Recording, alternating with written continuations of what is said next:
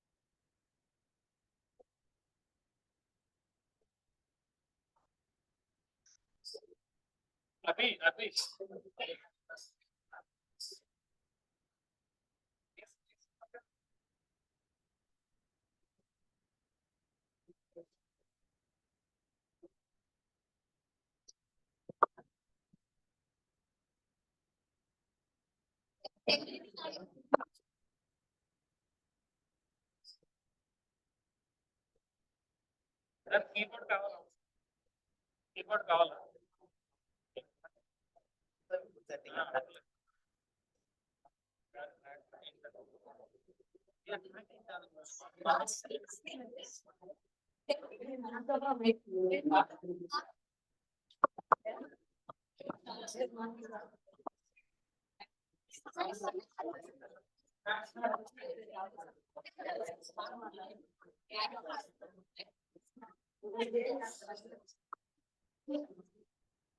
Praise the Lord. We are going to sing a song and some are going to do action.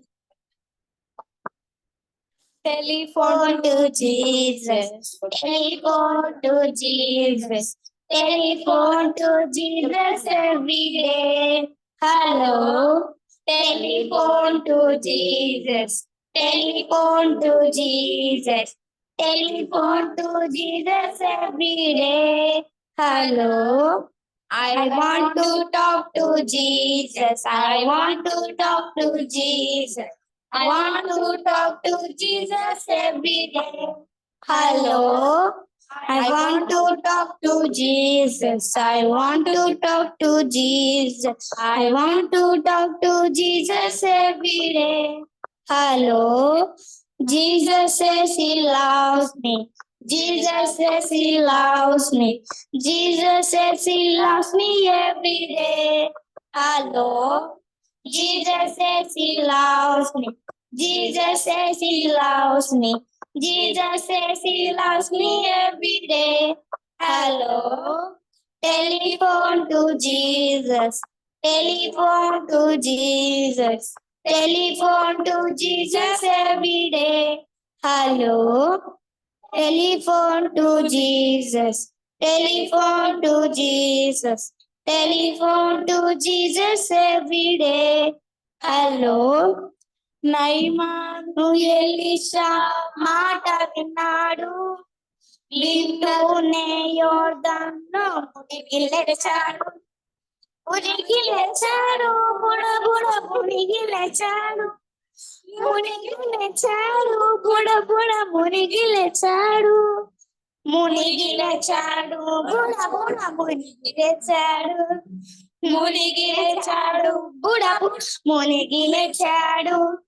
ఒకటి కాదు, రెండు కాదు, మూడు, నాలుగు, ఐదు, ఆరు కాదయ్యా, ఏడు సార్లు. ఒకటి కాదు, రెండు కాదు, మూడు, నాలుగు, ఐదు, ఆరు కాదయ్యా, ఏడు సార్లు. మునిగి లేచాడు. బుడబుడ మునిగి లేచాడు. మునిగి లేచాడు. బుడబుడ మునిగి లేచాడు. మునిగి లేచాడు. బుడబుడ మునిగి లేచాడు. మునిగి లేచాడు. బుడబుడ మునిగి లేచాడు. చూసారా అద్భుతం ఎలా జరిగెను.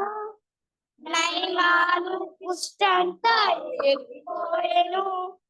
చూసారా అద్భుతం ఎలా జరిగెను. నైమాను కుష్టంతా ఎగిరిపోయెను.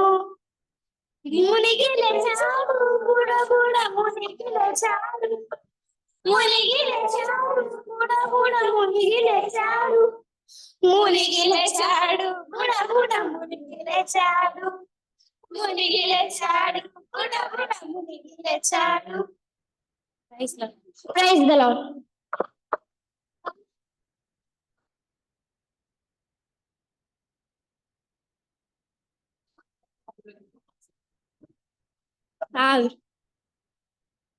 Praise the Lord. Psalms first chapter. Blessed is the man who walked in the counsel of wicked, nor stand in the path of sinners, and not sit in the seat of scoffers. But his delight in law of Lord, and his law meditates day and night.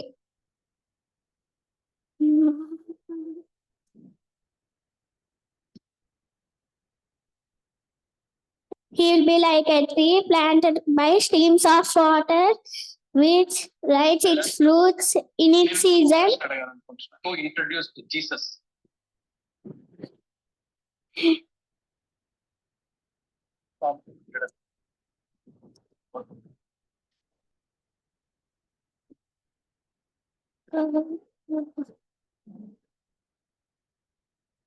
And its leaves does not wither, and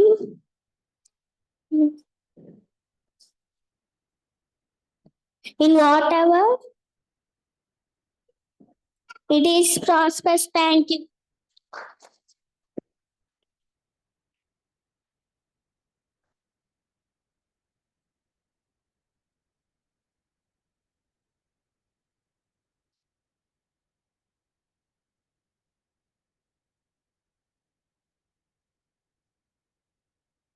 Spirit of the living God, fall afresh on me.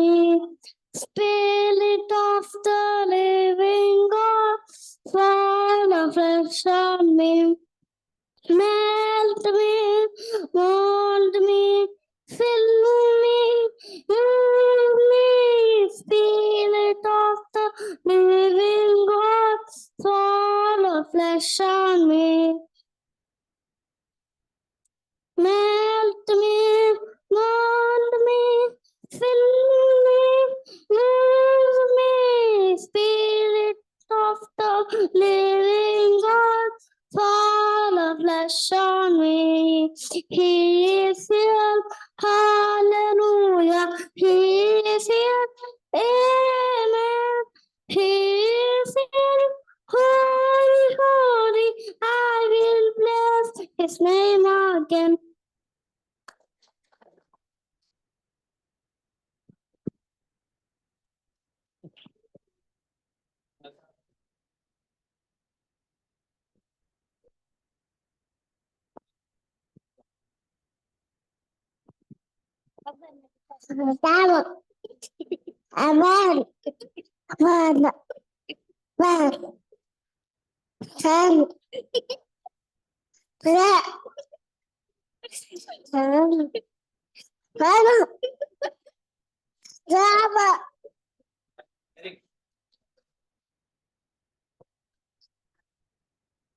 Praise the Lord. కీర్తన రాసిన పత్రిక 119:1-10 యెహోవా ధర్మశాస్త్రం అనుసరించి నిర్దోషంగా నడుచు వర్తనులు, ఆయన శాసనములు గైకొనుచు పూర్ణంతో ఆయన వెతుకు వర్తనులు, ఆయన మార్గంలో నడుచుకొనుచు ఏ పాపము చేయరు.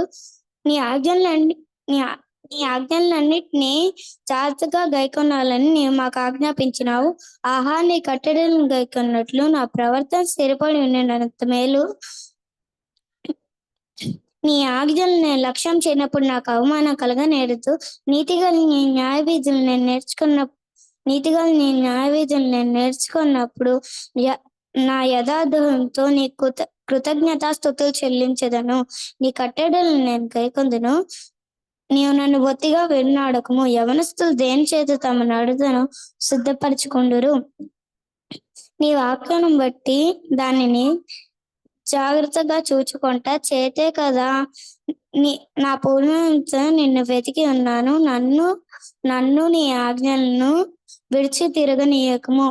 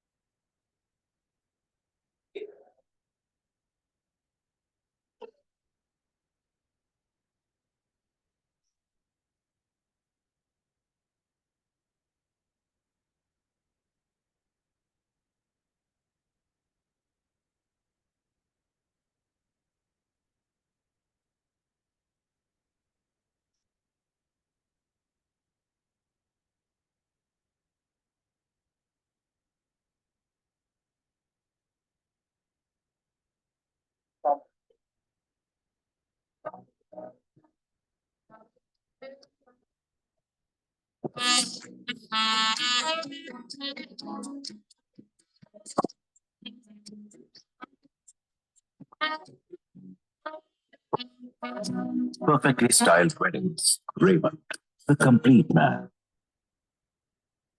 Psalm 127. 127వ కీర్తన. 127వ కీర్తన.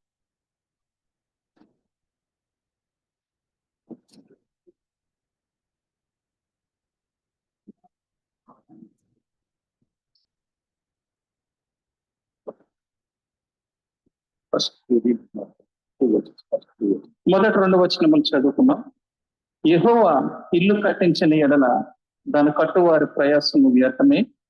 యెహోవా పట్టణమును కాపాడని ఎడల దాన్ని కావలి కాయవారు మేలుకొని ఉండట వ్యర్థమే. మీరు వేకువనే లేచి చాలా 2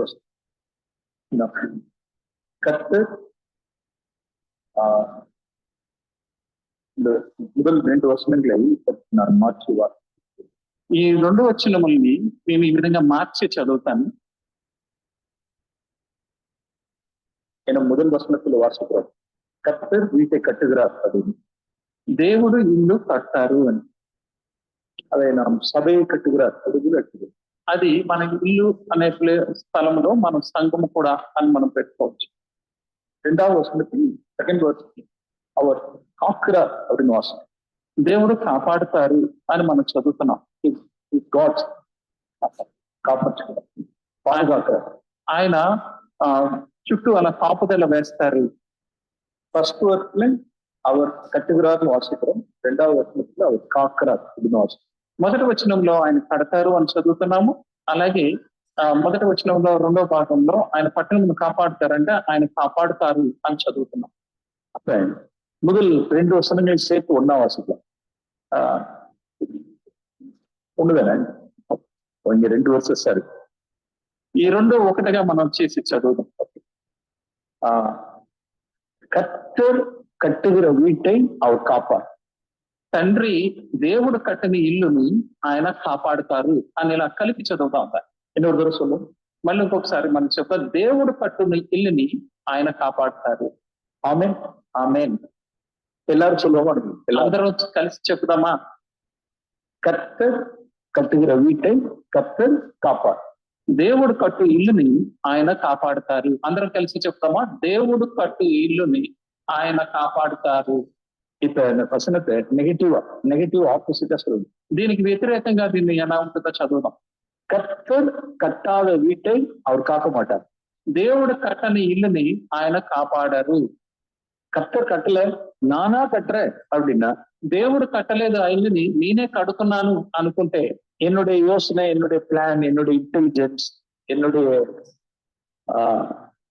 క్లవర్నెస్నాல నా వీడ కట్టను నిனைச்சேன் அப்படின்னா, నా యోచనలను బట్టి, నా ఆలోచనలను బట్టి, నా తెలివితేటలను బట్టి నేను ఇల్లును కట్టాను అనుకుంటే దేవుని కాక మాటారు. దేవుడు దాన్ని కాపాడు. அப்படி இந்த வார்த்தையை நாம் எடுத்துக்கோ. கர்த்தர் கட்டுகிற வீட்டை கர்த்தர் காப்பார்.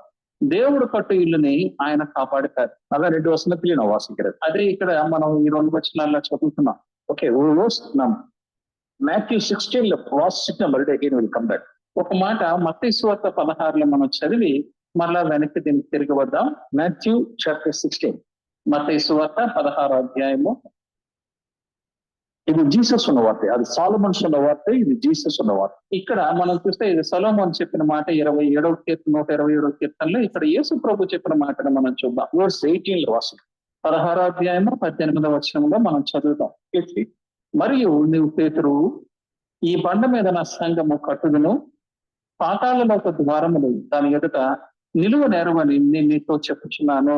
ఓకే, ఇంక జీసస్ ఉన్న వార్త. என் சபையை நான் கட்டுவேன் அப்படிங்கிறார். నా సంఘమును నేను కట్టుదును అంటున్నారు. అది పాతాళத்தின் వాసల్கள் அதை மேற்கொள்ளார். పాతాళంలో ఒక ద్వారములు దాని ఎదుట నిలువ నేరము. இப்ப நம்ம இது எப்படி சொல்லலாம்? இந்த சென்டென்ஸ் நம்ம எப்படி சொல்லலாம்? ఈ యొక్క సెంటెన్స్ ని మనం ఏ విధంగా చెప్తాం? கர்த்தர் கட்டுகிற சபையை పాతాళத்தின் వాసల్கள் மேற்கொள்ளார். దేవుడు కట్టు సంఘము ఎదుట పాతాళంలో ఒక ద్వారములు నిలువ నేరము. ఉలగం మేற்கொள்ளார். లోకము నిలవనేరదు. சாத்தான் மேற்கொள்ள முடியாது. சாத்தானும் நிலவுனேறது. உலகமோ சாத்தானோ பாவமோ పాతాళத்தின் వాసనలు మేల్కొల్లువదిలే.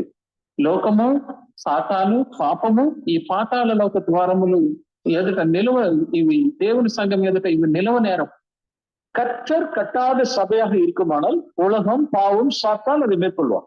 దేవుడు కట్టని సంఘం అయితే లోకము పాపము సాతాను నిలిచి ఉంటాయి. అది సొలొమోన్ சொன்னது, అది జీసస్ சொன்னது. అది సొలొమోన్ చెప్పింది, ఇది యేసు ప్రభు చెప్పిన మాట. என்னுடைய இருதயத்தில் உள்ள இந்த பாரத்தை உங்களோடு கூட பகிர்ந்து கொள்கிறேன். నా హృదయంలో ఉన్న భారమును మీతో పంచుకుంటున్నాను నేను. நம்மளுடைய కుటుంబங்கள் எல்லாம் స్ట్రెంగ్త్ இருந்தదా సభ స్ట్రెంగ్త్ இருக்க முடியும். మన కుటుంబములన్నీ బలముగా ఉంటేనే సంఘము బలపరచబడి ఉంటుంది. நம்முடைய குடும்பங்களையும் பாதாளத்தின் வாசல்கள் மேற்கொள்ளக்கூடாது. మన కుటుంబంలో పాతాళలోకి ద్వారం నిలవకూడదు. ఉలగం మేற்கொள்ளக்கூடாது. లోకము నిలవకూడదు. పావం మేற்கொள்ளக்கூடாது. పాపము నిలవకూడదు.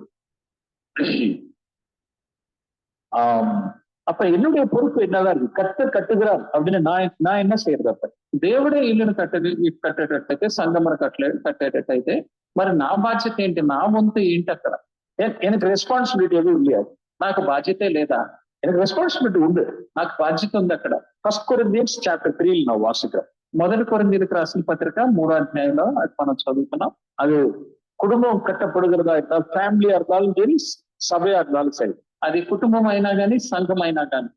ఫస్ట్ కొరింథియన్స్ చాప్టర్ 3, కొరింథీయులకు రాసిన మొదటి పత్రిక 3వ అధ్యాయము. పౌలు சொல்றாரு verse 9 పౌలు చెప్తున్నాడు 9వ వచనంలో, యూఆర్ కోవర్కర్స్ அப்படிங்கிறார். మరియు మనం దేవుని జత పనివారమై ఉన్నాము. நாங்கள் தேவனுடைய உடன் வேலையாட்களா இருக்கிறோம். మేము దేవుని జత పనివారమై ఉన్నాము. నెక్స్ట్ వర్స్ లో తర్వాత వచనంలో దేవుని ఎలా இருக்கிறார்னா మాస్టర్ బిల్డరా இருக்கார். ఆయన గృహమును కట్టేవారుగా ఉన్నారు. ఆయన గృహమును కట్టు ప్రధానమైన వారుగా ఉన్నాడు. దేవుడు మాస్టర్ బిల్డర్. ఆయన గృహమును కట్టువాడని నా அவருடைய கோவர்க்கர். அவ்வளவு. నేను కేవలం ఆయనతో జత పనివాడని మాత్రమే. அவர் என்ன சொல்றாரோ அதை நான் செய்யணும். ఆయన ఏం చెప్తారో అది మాత్రమే నేను చేయాలి. అவ்வளவு. అంతే. அவர் சொல்லுகிற వార్తகள் కற்பனைகள் అది நான் కీழ்పడిగి పోవడం. ఆయన చెప్పిన మాటలు, ఆయన ఆజ్ఞలు నేను లోబడి వెళ్ళిపోతూ ఉండాలి అంతే. సో కర్తర్ మాస్టర్ బిల్డర్, నా కోవర్కర్. దేవుడు కట్టువాడు, నేను ఆయనతో జత పనివాడిని. அப்ப அவர் சொல்ல நான் கட்டுவேனானால் கர்த்தருடைய கிருபை அதை காக்கும். ఆయన చెప్పినట్లుగా నేను కడితే దేవుని కృప అక్కడ కాపుదల వేస్తుంది. అప్పుడు நமக்கு రెస్పాన్సిబిలిటీ ఇల్లామల్లా இல்ல, we have responsibility. మనకు బాధ్యత లేకుండా లేదు, మనకి బాధ్యత ఉంది అందులో. ఫర్ ఎగ్జాంపుల్, ఉదాహరణకి అబ్రహాం తనుடைய வீட்டை கட்டினார். అబ్రహాం తన గృహమును కట్టాడు. అది దేవుని అదే అబ్రహాముடைய కుటుంబத்தை కాத்துకొండారు. దేవుడు అబ్రహాం కుటుంబాన్ని ఆ విధంగా కాపాడారు. నోవా తన కుటుంబத்தை కట్టినాர். నోవాహు తన కుటుంబాన్ని కట్టాడు. కర్తర్ కుటుంబத்தை కాத்துకొండారు. దేవుడు ఆ కుటుంబానికి సంరక్షించారు. లోతు దేవునుடைய சித்தத்தின்படி ஒரு கோவர்க்கரா இல்ல. లోతు దేవుని చిత్త ప్రకారం ఒక జత పనివాడి కింద లేడు. அந்த குடும்பத்தை கர்த்தர் காக்க முடியல. ఆ కుటుంబాన్ని దేవుడు కాపాడడానికి కుదరలేదు. మனைవిயும் కాపాற்ற முடியல, తన పిల్లల్ని కాపాற்ற முடியல. తన భార్యను కాపాడడానికి కుదరలేదు, తన పిల్లల్ని కాపాడడానికి కుదరలేదు. నోవా ఫ్యామిలీ, అబ్రహాం ఫ్యామిలీ కర్తర్ కాத்துకొండారు. నోవా కుటుంబాన్ని దేవుడు కాపుదలు వేశారు. అబ్రహాం కుటుంబం చుట్టూ దేవుడు కాపుదలు వేశారు. లోతునుடைய కుటుంబத்தை కాకలే. లోతు కుటుంబాన్ని ఆయన కాపాడలేకపోయారు. ஏன் அப்படின்னா அவர் தன்னுடைய ஹானர் சீக்கிங், இந்த உலகத்தினுடைய நேம், ஃபேம், பிரஸ்டீஜ், கௌரவம், ఎంపీ, పాపులారిటీ, ఫెమిలియారిటీ, இதுக்காக தான் வருந்தார். ఎందుకంటే ఈ లోక మహిమను వెతుక్కుంటూ, ఇక్కడున్న పేరు ప్రఖ్యాతులు, గొప్పవాడిని అవ్వాలని గొప్పతనమును వెతుక్కుంటూ వెళ్ళిపోయాడు. కాబట్టి அதனால குடும்பத்தை அவர் காக்க முடியல. అందుని బట్టి దేవుడు ఆ కుటుంబాన్ని కాపాడడానికి కుదరలేదు. ఓకే, ஒரு சில வார்த்தைகளை நான் காண்பிக்க விரும்புகிறேன். కొన్ని వాక్యములు నేను మీకు చూపించాలనుకుంటున్నాను. జెనసిస్ చాప్టర్ 18, ఆదికాండము 18వ అధ్యాయము. అబ్రహామి குறித்து కర్తర్ அறிந்திருந்தார். అబ్రహాం గురించి దేవుడు ఎరిగిన వాడి కింద ఉన్నారు. ఆదియాగమం జెనసిస్ చాప్టర్ 18, ఆదికాండము 18వ అధ్యాయము verse 19. Wonderful verse. verse 19, 19వ వచనం. ఎట్లనగా యెహోవా అబ్రహామును గురించి చెప్పినది అతనికి కలుగు చేయనట్లు తన తర్వాత తన పిల్లలను, తన ఇంటి వారును నీతి న్యాయములు జరిగించు యెహోవా మార్గమును గైకొనుటకు అతడు వారికి ఆజ్ఞాపించినట్లు నేను అతన్ని ఎరిగి ఉన్నానెను. அதாவது there are two things in this verse. இதுல ரெண்டு விஷயம் ఉన్నాయండి. அதாவது அப்ரஹாம் நான் என்ன சொன்னாலும் அவன் நிறைவேற்றுவான் అబ్రహాముకి నేను ఏమి చెప్పినా గానీ దాన్ని ఆయన నెరవేరుస్తాడు. அது ஃபர்ஸ்ட் திங். అది మొదటిది. அப்ரஹாமுக்கு நான் ஒரு காரியத்தை சொன்னேன்னா அவன் நிறைவேற்றுவான். అబ్రహాముకి నేను ఒక విషయం చెప్పానంటే దాన్ని జరిగిస్తాడు. இரண்டாவது காரியம், రెండోది, அவன் தன்னுடைய பிள்ளைகளுக்கு கர்த்தருடைய வழியை காத்து நடவுங்கள் என்பதற்கு கட்டளையிடுவான். he will command என்பதை நான் அறிந்திருக்கிறேன். తన పిల్లలకి తన ఇంటి వారికి దేవుని ఆజ్ఞలు గైకొనేటట్లుగా అతను ఆజ్ఞాపిస్తాడు అని ఇక్కడ మనం చదువుతాం. அப்ரஹாம் குறித்து கர்த்தர் 2 காரியங்களை அறிந்திருந்தார். అబ్రహాం గురించి 2 విషయములు దేవుడు ఎరిగి ఉన్నారు. ఒకటి, நான் అబ్రహాంతో ஒண்ணு சொன்னா அதை நிறைவேற்றுவான். అబ్రహాముకి నేను ఒక మాట చెప్పానంటే దాన్ని అతను జరిగిస్తాడు. தன்னுடைய பிள்ளைகளுக்கு அவன் போதிப்பான். తన పిల్లలకు కూడా తను అది బోధిస్తాడు. நீதியை போதிப்பான். నీతి న్యాయములు బోధిస్తాడు. எஸ், கர்த்தருடைய வழிகளை காத்து நடக்கும்படி அவன் கட்டளையிடுவான். దేవుని మార్గములు గైకొన్నట్లుగా అతను ఆజ్ఞాపిస్తాడు.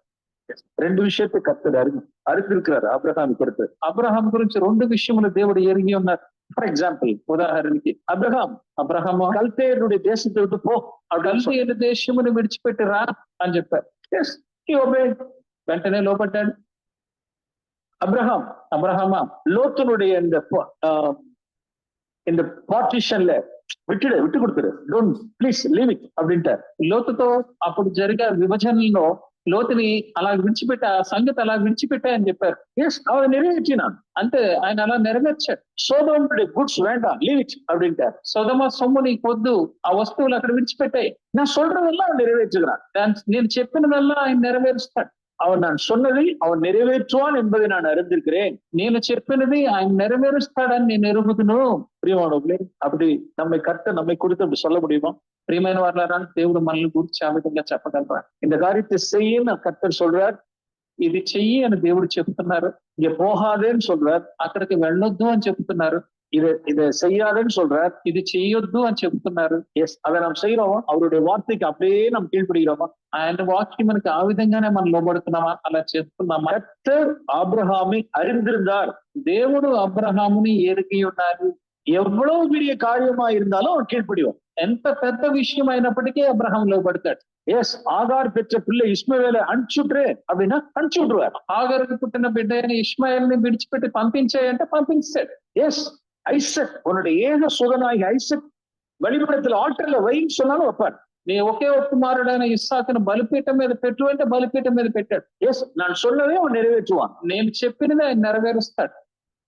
సో அதனால ఆ విధంగానే தன்னுடைய சீக்ரெட்ஸ அவரோடு கூட பகிர்ந்து கொண்டார்.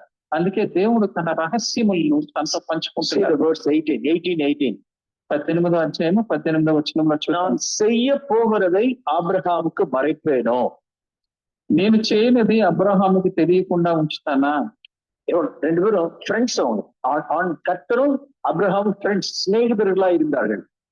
17లో ఉంది, తెలుగులో 17లో ఉంది.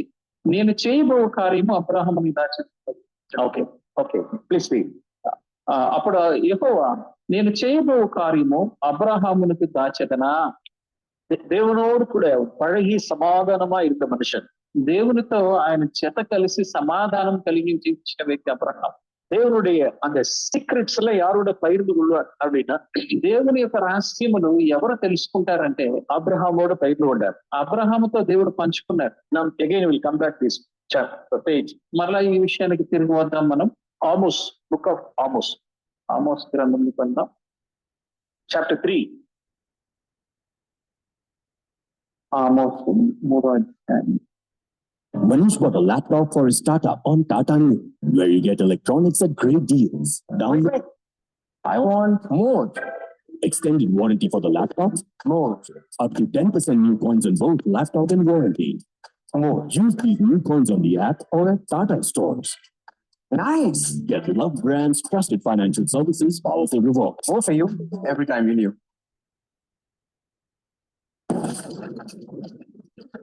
Karthikeyan. వాడికి హెల్ప్ అవసరం.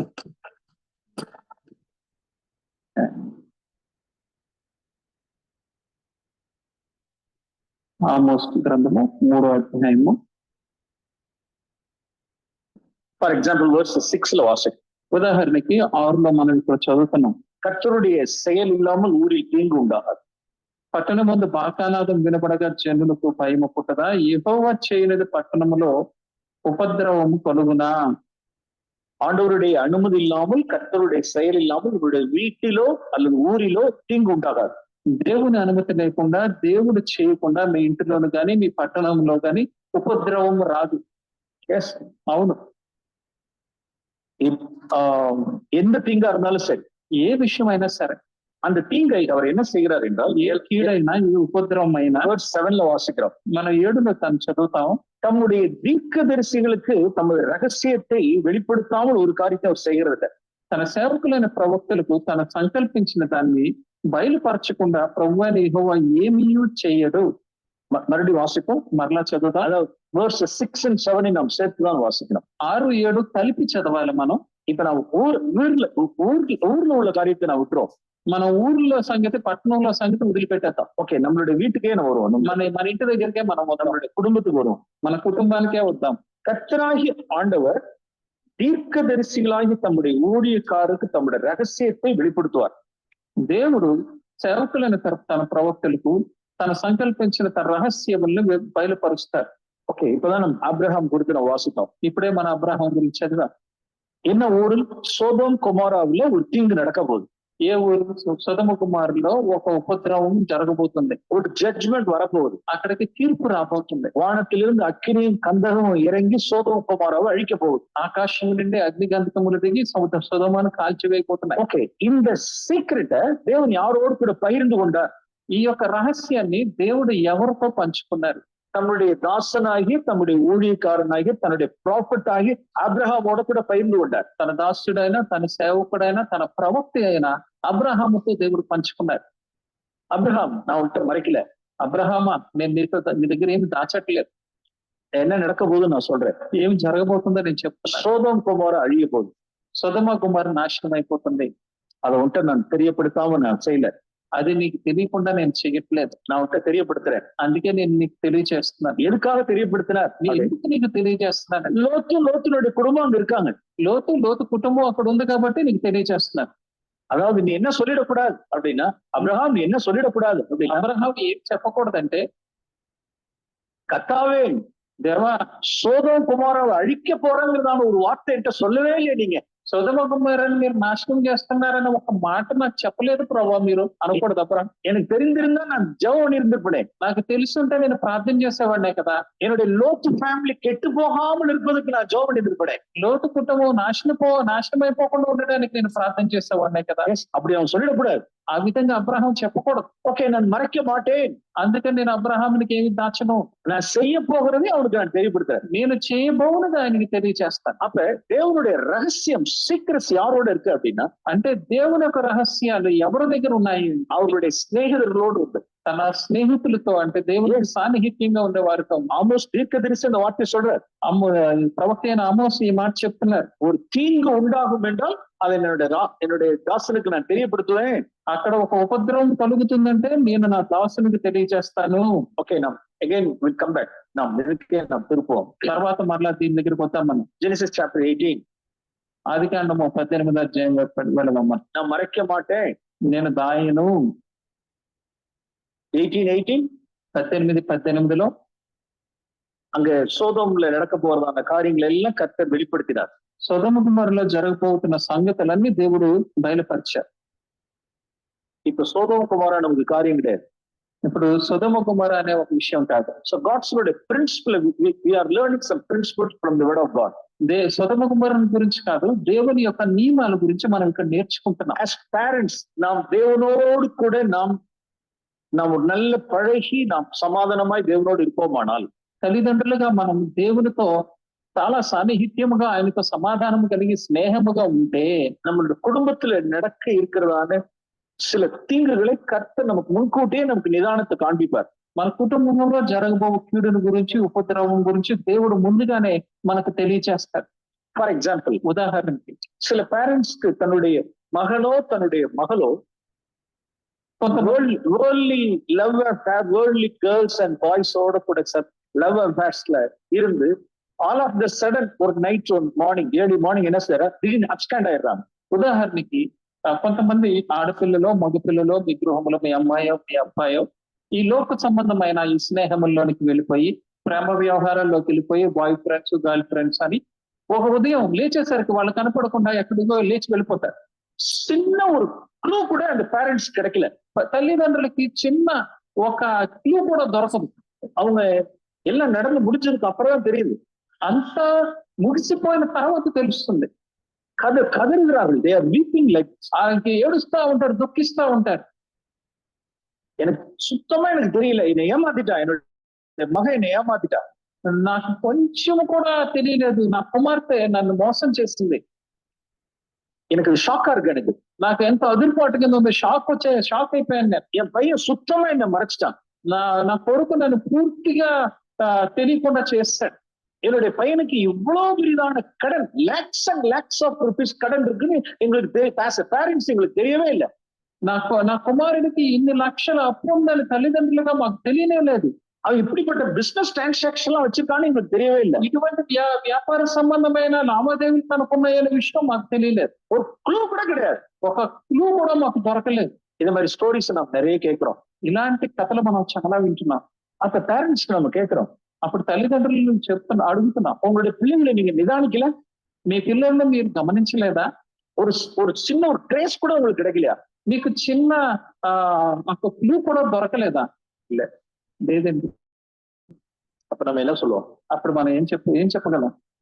அந்த வார்த்தை ஆமோஸ் 3, 6 and 7 நாம் எடுத்துக்கொள்வோம் பிரியமானவர்களே. ఆమోసు గ్రంథము 3, 6, 7 మనం తీసుకుందాం. మన parents, when we are walking in the light, நாம் ஒளியில நாம் நடக்கும் பொழுது, తల్లిదండ్రులుగా మనం ఇంక వెలుగులో నడుస్తున్నప్పుడు, நாம் தேவனோடு கூட நாம் பழகி நாம் சமாதானமா இருக்கும் பொழுது, దేవునితో మనం ఐక్యత కలిగి సమాధానం కలిగి ఉన్నప్పుడు, அவர் என்னென்னலாம் நம்மளுடைய வாழ்க்கையில அவர் சொல்றதை நாம் செய்யும் பொழுது, ఆయన మన జీవితంలో ఏదైతే చెప్తున్నారో ఆయన చెప్పినది మనం చేసినప్పుడు நிச்சயமா என்ன செஞ்சுருவார் அப்படின்னா, ఖచ్చితంగా நம்மளுடைய குடும்பத்தினுடைய காரியங்கள் எல்லாம் வெளிச்சத்துக்கு கொண்டு வந்துருவார். ఖచ్చితంగా ఆయన ఏం చేస్తారంటే మన కుటుంబంలో జరుగుతున్నవన్నీ వెలుగులోనికి తీసుకొస్తారు.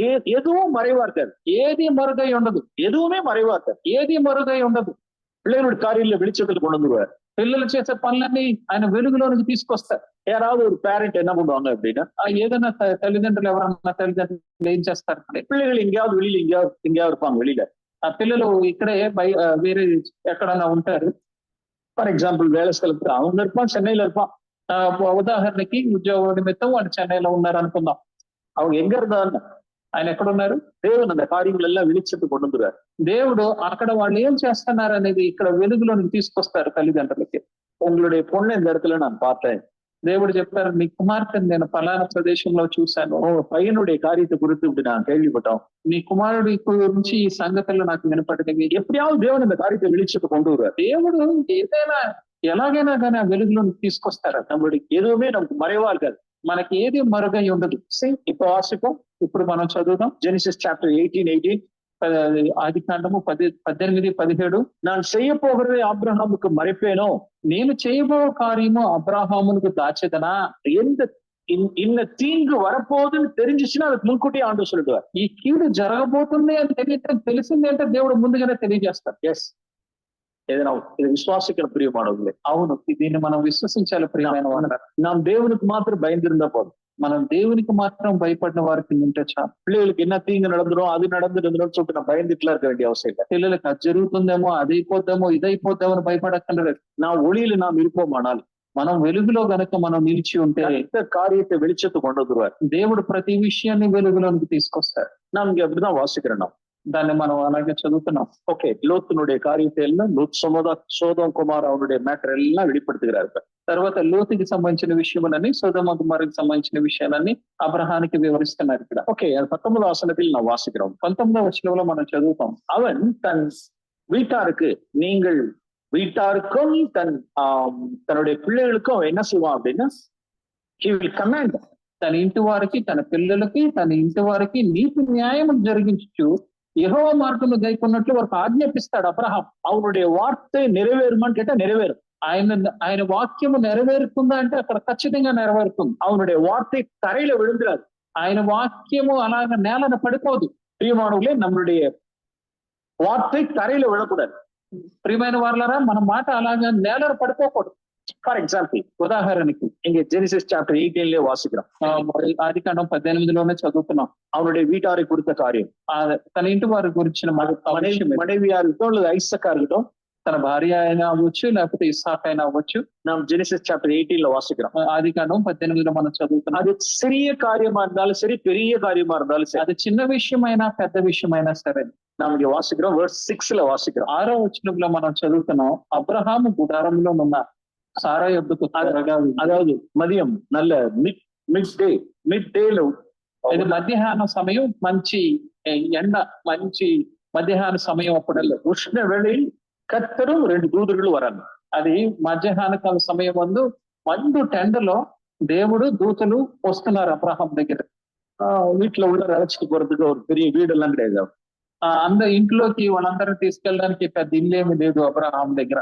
ஒரு 3 BHK வீடெல்லாம் கிடையாது அவருக்கு. అది 3 BHK ఇల్లు, 3 బెడ్రూమ్లు ఉన్న ఇల్లు ఏమి లేదు అబ్రహాం దగ్గర. கூடாரம் தான் அவருக்கு. ఆయన చిన్న గుడారంలో ఉన్నారు. கூடாரவாசி, గుడారంలో నివసించారు. பெரிய செல்வந்தன், ரிச் மேன், కానీ చాలా ధనవంతుడు, செல்வ சீமான். ఆయన బహు ధనవంతుడు. ஆனால் பூமியில அவன் எப்படி வாழ்ந்தார் என்றால் அந்நியனும் பரதேசியமாய் வாழ்ந்தார். కానీ ఆయన భూమి మీద ఎలా జీవించాడంటే ఒక అన్యుడుగాను, ఒక పరదేశిగాను జీవించాడు. ஆபிரகாம்கிட்ட பொருள் இருந்தது, ஆனால் அதை பொசஸ் பண்ணல. అబ్రహాము దగ్గర ధనం ఉంది, కానీ ఆయన ధనమును అలా పట్టుకుని ఉండలేదు. Yes, we may have. நான் பொருளை கொண்டிருக்கலாம், ஐஸ்வர்யத்தை கொண்டிருக்கலாம். మన దగ్గర ధనం ఉండొచ్చు, మన ధనం సంపాదించవచ్చు, அதை பிடிச்சிருக்க கூடாது. కానీ దాన్ని అలా పట్టుకుని ఉండకూడదు. எஸ், அவன் பூமியில இருந்தவருக்கு ஒரு தரிசனத்தோடு வாழ்ந்தார், கூடாரவாசி அப்படின்னு. ఆయన ఈ భూమి మీద నివసించినంత వరకు ఒక దర్శనంతో జీవించాడు. ఆయన గుడారములో నివసించేవాడు. ஓகே, கர்த்தர் 2 தூதர்களும் உள்ளார வராங்க. దేవుడు 2 దూతలు అలా వస్తున్నారు. ஓகே, அவங்களுக்கு ஃபெலோஷிப் எங்க இருக்கு அப்படின்னா வீட்டுக்குள்ளார ஒரு மரத்தடியில. వాళ్ళు ఎక్కడ సహవాసం చేస్తున్నారంటే ఒక చెట్టు నీడ కింద, బయట, ఇంటి బయట. ஓகே, verse 4 வாசிக்கிறோம். 4లో మనం చదువుతున్నాం. அவர்கள் கால்களை கழுவி மரத்தடியில் சாய்ந்து கொண்டிருந்தார்கள். వారి కాళ్ళు నీళ్లు తెప్పించి వారి காళ్ళు కడిగి ఆ చెట్టు కింద అలసట తీర్చుకోమన్నారు. ஓகே, எங்க ஃபெலோஷிப் அப்படின்னா ஒரு மேங்கோ ட்ரீக்கு அடியில. వాళ్ళ సహవాసం ఎక్కడ అంటే మామిడి చెట్టు కింద. நல்ல ஃப்ரீயா, நல்ல தாராளமா பேசுகிறாரு. அப்ரஹாம், கர்த்தர், தூதர்கள் எல்லாம் நிறைய காரியங்களை பேசிட்டு இருக்காங்க. అక్కడ సరదాగా మామిడి చెట్టు కింద కూర్చుని ఫ్రీగా చాలా విషయాలు అబ్రహాము, దేవుడు, దూతలు చక్కగా అక్కడ చల్లటి గాలిలో కూర్చుని మాట్లాడుకుంటున్నారు. verse 6 வாசிக்கிறோம். 6వ వచనంలో మనం చదువుతాం. மதிய வேளையில, మధ్యాహ్న వేళ, அவளுக்கு வயசு இப்ப கிட்டத்தட்ட நியர்லி 89. ఇక్కడ వాళ్ళ వయసు దగ్గర 89 సంవత్సరములు. கிட்டத்தட்ட அந்த வயதான வயதுல, అంత వయసు అయిపోయిన వయసులో. ஓகே, verse 6 வாசிக்கிறோம். 6లో మనం చదువుతున్నాం. நல்ல பரோட்டா, நல்ல 3 படி மாவு எடுத்து நல்ல பரோட்டா சுடணும்னு சொல்றாரு மத்திய வேளையில. అక్కడ త్వరగా వెళ్ళి 3 మానికలు మెత్తని పిండి తీసుకుని పరోటాలు చేయమని చెప్తున్నారు. చాలా చిన్న விஷயம் தான், ஸ்மால் மேட்டர், చిన్న విషయం. திடீர்னு யாரும் கெஸ்ட் வந்துட்டாங்க வீட்டுக்கு. திடீர்னு கெஸ்ட் வந்துட்டாங்க. అనుకోకుండా ఎవరో అతిథులు మీ ఇంటికి వచ్చారు. எது தகவல் எல்லாம் சொல்லாம முன்கூட்டி திடீர்னு தகவல் இல்லாதபடிக்கு வந்துட்டாங்க. వాళ్ళు మీకు ముందు చెప్పకుండా అనుకోకుండా అలా వచ్చారు. திஸ் ஓல்டு கப்பல், పాపం ఈ వృద్ధ దంపతులు. உடனே அவர் என்ன சொல்றாரு, தீவிரமாய் சாராட்ட பேசுறாரு. వెళ్ళి వెంటనే త్వరపడి సారా దగ్గరికి త్వరగా వెళ్ళి, சாரா பிரதர்ஸ் வந்துட்டாங்க, 3 பிரதர்ஸ் வந்துட்டாங்க, నువ్వు చెప్తున్నారు, సారా 3 సహోదరులు వచ్చారు, இப்ப நான் பரோட்டா செய்யணும், మనం పరోటా చేయాలి. ஓகே, சர்வன்ஸ்ட சொல்லி நான் பீஃப் கறி செய்ய சொல்றேன்.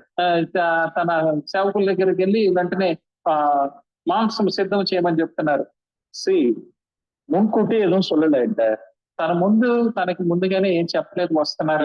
எனக்கு வயசு என்னன்னு பாருங்க, నా వయసు ఎంతో ఆలోచించి నువ్వు சூரிய எந்த நேரத்துக்கு பாரு, ఏ టైం ఎంత అయిందో చూడు, సూర్యుడు ఎంత ఉందో చూడు. இந்நேரத்துக்கு எல்லாம் போய் நல்லா பரோட்டா எல்லாம் கறி எல்லாம் செய்ய முடியாது. ఈ సమయంలో నేను ఎన్ని పరోటా కూర చేయడం కుదరదు. பேசாம ஜொமேட்டோ டொமாட்டோ அவ்வளோ இருக்கு, మాట్లాడకుండా జొమాటోలోనో టొమాటోలోనో ఆర్డర్ చేయి.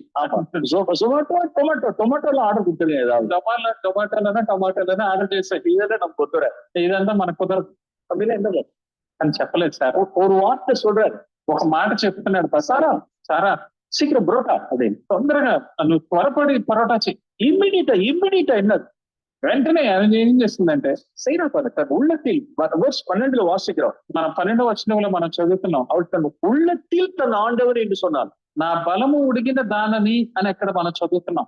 என்ன சப்மிஷன், ఎటువంటి లోబడే మనస్తత్వం చూడండి. என்ன சப்மிஷன், என்ன ரெவரன்ஸ், ఎలాగ లోబడుతుంది, ఎంత భర్త అంటే గౌరవం కలిగి ఉందో చూడండి. தன் உள்ளத்தில் தன் ஆண்டவன் என்று சொன்னார். తన వయసు ఉడిగిన దాని బలము ఉడిగిన దానినైనా இவ்வளவு ஏஜ் ஃபேக்டர் இருந்தாலும் மதிய வேலையா இருந்தாலும் முன்கூட்டியே தகவல் சொல்லாமல் வந்தாலும் ఇమ్మీడియట్ ఇన్స్టంటేనియస్ ఒకే పడిరా பாருங்க. ఆమెకి బలము లేకపోయినా వృద్ధురాలు అయిపోయినా వెంటనే తనకు ముందు చెప్పకుండా ఎవరైనా వచ్చినా వెంటనే ఒక మాట చెప్తే ఎలా లోబడుతుందో చూడండి. அதுக்கு முன்னால உள்ள சாப்டர்ஸ்ல வாசிக்கிறோம், சாப்టర్ முன்னையும் பின்னையும் நான் வாசிக்கிறோம்.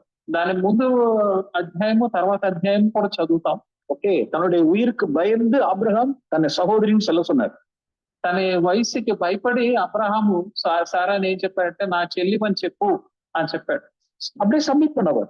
అప్పుడు ఆమె అలాగే చెల్లివని చెప్పమంటే చెల్లి అని చెప్పింది. 3 వచనాల్లో ముందు ஒரு ஆபத்துக்கு அவர் பயப்படல. ఎటువంటి అపాయమునికి ఆవిడ భయపడలేదు. Obedience without understanding.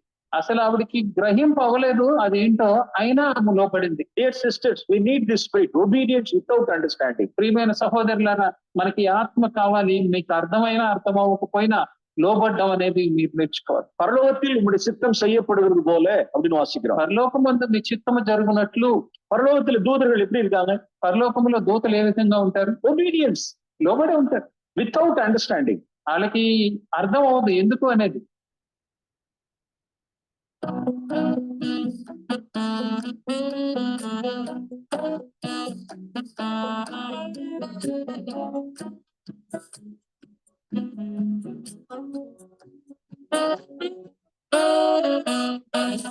Perfectly styled weddings. Raymond, the complete man. மேரிட்ட போ, నజరేతుల మేరీట పోయి నీ ஒரு கர்ப்பவதி ஆவன்னு சொல்லு. నజరేతులో ఉన్న మరియ దగ్గరికి వెళ్ళి నువ్వు గర్భవతి అవుతావు అని చెప్పు అని చెప్పి దూతను పంపించారు. ఓకే, గాబ్రియల్ ఉடனே யோசிக்கல. గాబ్రియల్ వెంటనే ఆలోచించడం మొదలు పెట్టలేదు. அது எப்படி ஆண்டவரே, அது எப்படி கர்த்தாவே, ஒரு கன்னி பெண்ணாச்சே, அவ எப்படி குழந்தை பெற்றெடுக்க முடியும் அப்படிலாம் அவ கேட்கவே இல்லை. దూత ప్రభా ఇది ఎలా సాధ్యమో, ఆమె కన్య కదా, ఎలాగ పిల్ల పుడుతుంది అనేం అడగట్లేదు గాబ్రియల్. ఒబీడియన్స్ అంటే లోబడింది వితౌట్ అండర్స్టాండింగ్. చూడండి, విధేయత. అసలు తనకి అర్థమైనా అర్థం అవ్వకపోయినా వెంటనే లోబడ్డం. என் புருஷனை நான் பிரதர்ன்னு சொன்னா என்ன ஆகும் அப்படின்லாம் யோசிக்கலாம் இல்ல. ఇప్పుడు నా భర్తని మా అన్నయ్య అని చెప్పితే ఏమవుతుంది ఆలోచించలేదు సార్. அப்படியே సబ్మిట్ பண்ண. ఆ విధంగానే ఆమె లోబడింది. దేవుని பார்த்துக்கொள்வார் இந்த காரியங்களை. దేవుడు చూసుకుంటారు ఈ విషయాలు. அப்ப சிறிய காரியமா இருந்தாலும் பெரிய காரியமா இருந்தாலும், అది చిన్న విషయమైనా పెద్ద విషయమైనా కానీ, எஸ், ஒரு புரோட்டா சொல்ற காரியமா இருந்தாலும் சரி, ஒரு பரோட்டா செய்யறதா இருந்தாலும், ఒక పరోటా చేయడమైనా కానీ, ஓகே இப்ப நான் என்ன பிரதர் நீ சொல்லுன்னு சொல்ற காரியமா இருந்தாலும் సరే, నన్ను నీ అన్నయ్య నన్ను చెప్పు అని చెప్పే విషయం అయినా కానీ, நான் வாசிப்போம். Genesis chapter 18, Genesis chapter 18 18 verse 19. 19వ వచనం మనం చూస్తాం. தன் வீட்டாருக்கு அவன் கட்டளையிடுவான். తన ఇంటి వారికి ఆయన ఆజ్ఞాపిస్తాడు. அது அப்படியே நிறைவேறாது. అది ఆ విధంగానే జరుగుతుంది. அவனும் நிறைவேற்றுவான், அவனுடைய குடும்பமும் நிறைவேற்றுவார். అతను నెరవేరుస్తాడు, తన కుటుంబం కూడా అది నెరవేరుతుందా. என்ன ஒரு லைஃப் அது. ఎటువంటి గొప్ప జీవితం ఇది. நான் முதல்ல நிறைவேற்றணும். கர்த்தர் சொன்னதை நான் நிறைவேற்றணும். మొదటగా దేవుడు చెప్పింది నేను నెరవేర్చాలి. நான் நிறைவேற்றாத பட்சத்தில் என்னுடைய மனைவி பிள்ளைகளிடத்தில் நாம் நிறைவேற எதிர்பார்க்க கூடாது. నేను నెరవేర్చకుండా, దేవుడు ఇచ్చిన ఆజ్ఞలు నేను నెరవేర్చకుండా నా భార్య పిల్లలు దాన్ని నెరవేర్చాలి అని నేను ఎదురు చూడకూడదు. ఓకే, நாம் ஜோப் சாப்டர் 22 కోరు. యోబు గ్రంథము 22 వైపు తిప్పుతాం. యోబ్ చాప్టర్ 22. యోబు 22. நல்ல ஒரு சேலஞ்சிங்கான ஒரு வேர்ஸ். ஜோப் சாப்టర్ 22. ఎంతో సవాల్ చేసే ఒక వాక్యం ఇది. நல்ல ஒரு வேர்ஸ், చాలా మంచి మాట. verse 28 లో వాసిக்கிறோம். 22, 28లో మనం దాన్ని చదువుతాం. Job chapter 22 verse 28. యోబు గ్రంథము 22వ అధ్యాయము 28వ వచనం. మరియు నీవు దేనినైనా యోచన చేయగా అది నీకు స్థిరపరచబడును. అపోదు అది తిరుம்ப వాసిపో. మరలా దాని చేత మరియు నీవు దేనినైనా యోచన చేయగా అది నీకు స్థిరపరచబడును. It will be established. అది స్థిరపరచబడుతుంది.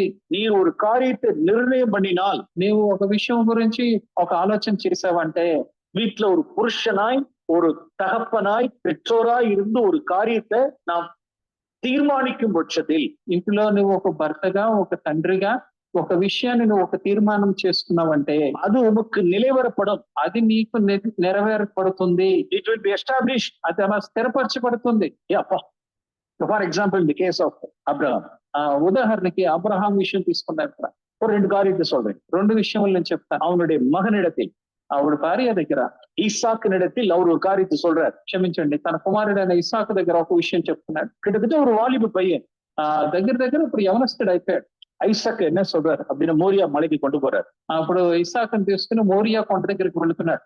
ஐசக் இந்த ஆல்டர்லயே படுத்துகன்னு சொல்றாரு. ఇప్పుడు అంటున్నాడు, ఇస్సాకు నువ్వు వెళ్ళి బలిపీఠ మీద పడుకో. ஏன் டாடி? ఎందుకు డాడీ అన్నాడా? நான் உன்னை என்ன செய்ய போறேன்? ஆஃபர் பண்ண சாக்ரிஃபைஸா ஒண்ணு சாக்ரிஃபைஸா பண்ண போறேன் நான். నాన్న ఎందుకంటే ఇప్పుడు నేను నిన్ను బలిగా ఇవ్వబోతున్నాను. அப்ப நிறைய கேள்வி இருக்கும். ஐசக் நிறைய கேள்வி இருக்கும். ఇస్సాకు చాలా ప్రశ్నలు వచ్చి ఉంటాయి. டாடி இது என்னது? ஆட்டையும் மாட்டையும் தான் சாக்ரிஃபைஸ் பண்ணுவாங்க. నాన్న ఏంటిది? మనం గొర్రెనో మేకనో మనం బలిగా అర్పిస్తా ఉంటాం. என்ன கொண்டு போய் பலி செலுத்துறீங்க? ఏంటి నన్ను తీసుకుని వెళ్ళి నువ్వు బలి అర్పిస్తానంటున్నావు? இல்ல 3 நாளைக்கு முன்னால கர்த்தர் என்னோட கூட பேசினார். లేదు, 3 దినముల క్రితం దేవుడు నాతో మాట్లాడారు. ஓகே டாடி, கர்த்தர் உங்களிடத்துல பேசுறதாவே இருக்கட்டும். సరే డాడీ, దేవుడు మీతో మాట్లాడినట్లే ఉండనివ్వండి. அப்ப நீங்க தானே சொன்னீங்க இந்த ஒரு காரியத்தை, ஒரு ப்ராமிஸ் கர்த்தர் கொடுத்தாருன்னு சொன்னீங்கல்ல. మరి నీవే కదా ఒక మాట చెప్పావు, దేవుడు ఒక వాగ్దానం చేశారని. ஐசக் மூலமாய் உங்களுடைய சந்ததி வானத்தின் நட்சத்திரங்களை போல இருக்குன்னு சொன்னீங்கல்ல. ఆ ఇస్సాకు మూలముగా నీ యొక్క సంతానము ఆకాశ నక్షత్రముల వల్ల అవుతుందని చెప్పావు కదా. మరి இப்ப என்ன கொலை செய்றீங்க? அப்ப మరి అదేంటి ఇప్పుడు నన్ను చంపేస్తున్నావు? டாடி இது உங்களுடைய இது it's not from the lord. తండ్రి, ఇది దేవుడి దగ్గర నుంచి వచ్చింది కాదు డాడీ. ஏற்கனவே நீங்க ப்ராமிஸ் கர்த்தர் கொடுத்திருக்கிறார். ఎందుకంటే దేవుడు నీకు ఇంతకు ముందే వాగ్దానం చేశారు. இப்ப அந்த ப்ராமிஸ்க்கு அகேன்ஸ்டா என்ன தூக்கி நீங்க கொலை செய்யணும்னு நினைக்கிறீங்க. నువ్వు ఇప్పుడు ఆ వాగ్దానానికి వ్యతిరేకంగా నువ్వు నన్ను చంపాలని చూస్తున్నావు. డాడీக்கும் సన్నుக்கும் కాన్వర్సేషన్ எங்க மோரியாவுல. ఇప్పుడు తండ్రికి కొడుకి సంభాషణ జరుగుతుంది ఎక్కడ? మోరియా కొండ మీద. அப்ப அவங்க என்ன செஞ்சிருப்பாங்க 2 பேரும்? అప్పుడు వాళ్ళిద్దరు ఏం చేస్తుంటారు? எஸ் the conversation இங்க இருக்கு பாருங்க. చూడండి, వాళ్ళిద్దరి మధ్య సంభాషణ ఇక్కడ ఉందో చూడండి. Hebrews chapter 11. హెబ్రీయులకు రాసిన పత్రిక 11వ అధ్యాయం. அவர்களுடைய இந்த கான்வர்சேஷனோட ஸ்பிரிட் எங்க இருக்கு அப்படின்னா Hebrews chapter 11ல இருக்கு. వారు మాట్లాడుకున్న ఆ మాటల యొక్క ఆత్మ ఎక్కడుందంటే హెబ్రీయులకు రాసిన పత్రిక 11వ అధ్యాయంలో verse 17 and 18. 17-18లో మనకి చూస్తాం. அவன் ஈசாக்கை பலியாக ஒப்பு கொடுத்தான். ఇస్సాకును ఆయన బలిగా అర్పించెను. Okay, verse 18. 18. ఎవడు ఆ వాగ్దానములు సంతోషముతో అంగీకరించినో ఇస్సాకు వలనైనది నీ సంతానం అనబడునని ఎవరితో చెప్పబడినో ఆ అబ్రహాము మృతుల సైతము లేపుటకు దేవుడు శక్తివంతుడని ఎంచిన వాడై తన ఏక కుమారుని అర్పించి ఉపమాన రూపముగా இப்ப அங்க என்ன நடந்திருக்காங்க? மோரியாவுல என்ன நடந்திருக்கும்? ఇక్కడ మోరియా కొండ మీద ఏం జరుగుతుంది? ஈசாக் என்ன கேட்டிருப்பார் டாடிட்ட? ఇస్సాకు డాడీతో ఏమని అడుగుంటాడు? Daddy already God has promised this promise. తండ్రి, దేవుడు ఇప్పటికే నీకు ఈ వాగ్దానం చేశాడు. Is it from Lord? ఇది దేవుని దగ్గర నుంచి వచ్చిందా నీకు? எனக்கு இது நீ உங்களுடைய சொந்த யோசனையில நீங்க இந்த காரியத்தை செய்றீங்க. నువ్వు నీ సొంత ఆలోచనలతో ఈ విషయాన్ని చేస్తున్నావు. அப்ப அப்ரஹாம் என்ன சொல்லியிருப்பார்? అప్పుడు అబ్రహాం ఏం చెప్పుంటాడు? మై డియర్ సన్, నా ప్రియ కుమారుడా, ஏற்கனவே கர்த்தர் கொடுத்த ప్రామిస్ కరెక్ట్ தான். ఇది వరకే దేవుడు ముందు ఇచ్చిన వాగ్దానం కరెక్టే. ఎస్, అది ఉన్నా, అది నిజం. దేవుడు நிறைவேற்றுவார். దేవుడు దాన్ని నెరవేరుస్తాడు. இப்ப நான் என்ன சொல்றேன் அப்படின்னா, ఇప్పుడు నేనేం చెప్తున్నానంటే, இப்ப நீ ஏறி படுக்கிற, నువ్వు దాని మీద లేచి పడుకో, நான் உன்னை கொலை செஞ்சிருவேன், నేను నిన్ను చంపుతాను, நீ மரிச்சிருவேன், నువ్వు చనిపోతావు. மரித்தாலும் தேவன் உன்னை உயிரோடு மறுபடியும் எழுப்பார். నువ్వు చనిపోయినా కానీ దేవుడు నిన్ను మరలా నీ ప్రాణంతో లేపుతాడు. ఇది ఎప్పుడు இருக்கும்? ఇస్సాకు ఇది ఏ విధంగా ఉంటుంది చూడండి. Daddy will it happen? ఇది జరుగుతుందా? షూర్, ఖచ్చితంగా జరుగుతుంది. Believe God. దేవుని విశ్వసించు. I believe him. నేను ఆయన విశ్వసిస్తున్నా. You also believe him. You trust him. నువ్వు కూడా ఆయన విశ్వసించు. God has promised such promise. దేవుడు అటువంటి వాగ్దానం చేశాడు. Now we are now being tested now. ఇప్పుడు మన ఇద్దరము శోధింపబడుతున్నాం. మన శోధన సమయం என்னுடைய faith test ஆகுது, உன்னுடைய faith test ஆக போகுது. నా విశ్వాసం పరీక్షింపబడుతుంది, నీ విశ్వాసం కూడా పరీక్షింపబడుతుంది. సబ్మిట్, నువ్వు లోబడు. ఓకే డాడ్, సరే డాడ్. No obedience. ఎటువంటి లోబడే మనసు చూడండి. அவன் ஒரு காரியத்தை நிர்ணயம் பண்ணுகிறார். ఆయన ఒక విషయం ఆయన ఒక నిర్ణయాన్ని తీసుకున్నారు. என்ன நிர்ணயம் பண்ணிட்டார் அப்படின்னா நான் மகனை சாக போட்டுறேன். ఏమి నిర్ణయం తీసుకున్నాడంటే తన కుమారుడిని అక్కడ చంపడానికి. It was established. అది స్థిరపరచబడింది. ఏరి పడుతుంటాం. ఆయన లేచి ఆయన దాని మీదకి ఎక్కి పడుకున్నాడు. క్రైస్తవుడు దేవుని அவனை மீட்டு கொடுத்தாரு. அது அடுத்த விஷயம். దేవుడు దాన్ని తిరిగి వెనక్కి ఇచ్చారు, అది వేరే సంగతి. Okay, one more thing. ఇంకొక విషయం, ஐசக்குடைய மேட்டர்ல ఇప్పుడు ఇస్సాకు విషయానికి వెళ్తాం. ఇస్సాకు இந்த லேண்ட்ல உள்ளதான கேர்ள்ஸ் உனக்கு பிரைடா உனக்கு வேண்டாம். ఈ భూమి మీద ఈ కానాన్ దేశంలో ఉండే అమ్మాయిలు ఎవరు నీకు భార్యగా ఉండకూడదు. எல்லாம் வேர்ல்ட்லி கேர்ள்ஸ். వీళ్ళందరూ లోక సంబంధమైన అమ్మాయి. పక్కది దాన్ని మర్చిపో. நான் ரொம்ப ஏஜ் ஆயிட்டேன். నేను అప్పటికి అబ్రహాం బాగా వృద్ధుడైపోయాడు. ఓకే, நம்ம வீட்டுல உள்ள அங்கிள் எலியேசருக்கு அந்த காரியத்தை ஒப்படைக்கிறேன். నేను మన ఇంట్లో ఉన్న అంకులైన ఎలియాజర్తో నేను ఈ మాట చెప్తాను. Okay, uncle Eliezer will go there. நம்மளுடைய ஹோம் டவுனுக்கு போயிட்டு அங்கேருந்து ஒரு பெண்ணை அழைச்சிட்டு வருவார். ஓకే, is it this plan okay for you? మన ఇంట్లో ఉన్న ఎలియాజర్ అంకుల్ ఊరికి వెళ్ళి అక్కడి నుంచి ఒక అమ్మాయి తీసుకొస్తాడు. ఈ యొక్క ప్రణాళిక, ఈ ప్లాన్ నీకు ఓకేనా అన్నాడు. ఓకే డాడీ, ఓకే డాడీ అన్నాడు ఇస్తాను. అంటే இன்னைக்கு 2024-25 என்ன சொல்லுவோம்? మన 2024-25లో ఏం చెప్తున్నారు? நம்ம வீட்டுல உள்ளதான ஒரு அங்கிளை போய் அனுப்பிச்சு விடுவீங்க, அவங்க பார்ப்பாங்க, அந்த பொண்ணை பார்த்து நான் கல்யாணம் பண்ணிக்கணும். நான் మీరు ఇంట్లో ఉన్న ఒక అంకుల్ని ఎక్కడికో ఒక అమ్మాయిని చూడడానికి పంపిస్తారు. ఆయన చూసి ఒక అమ్మాయిని తీసుకొస్తాడు. ఆ అమ్మాయిని నేను పెళ్లి చేసుకోవాలి. இதான் இன்னைக்கு 2025 ஐசக்.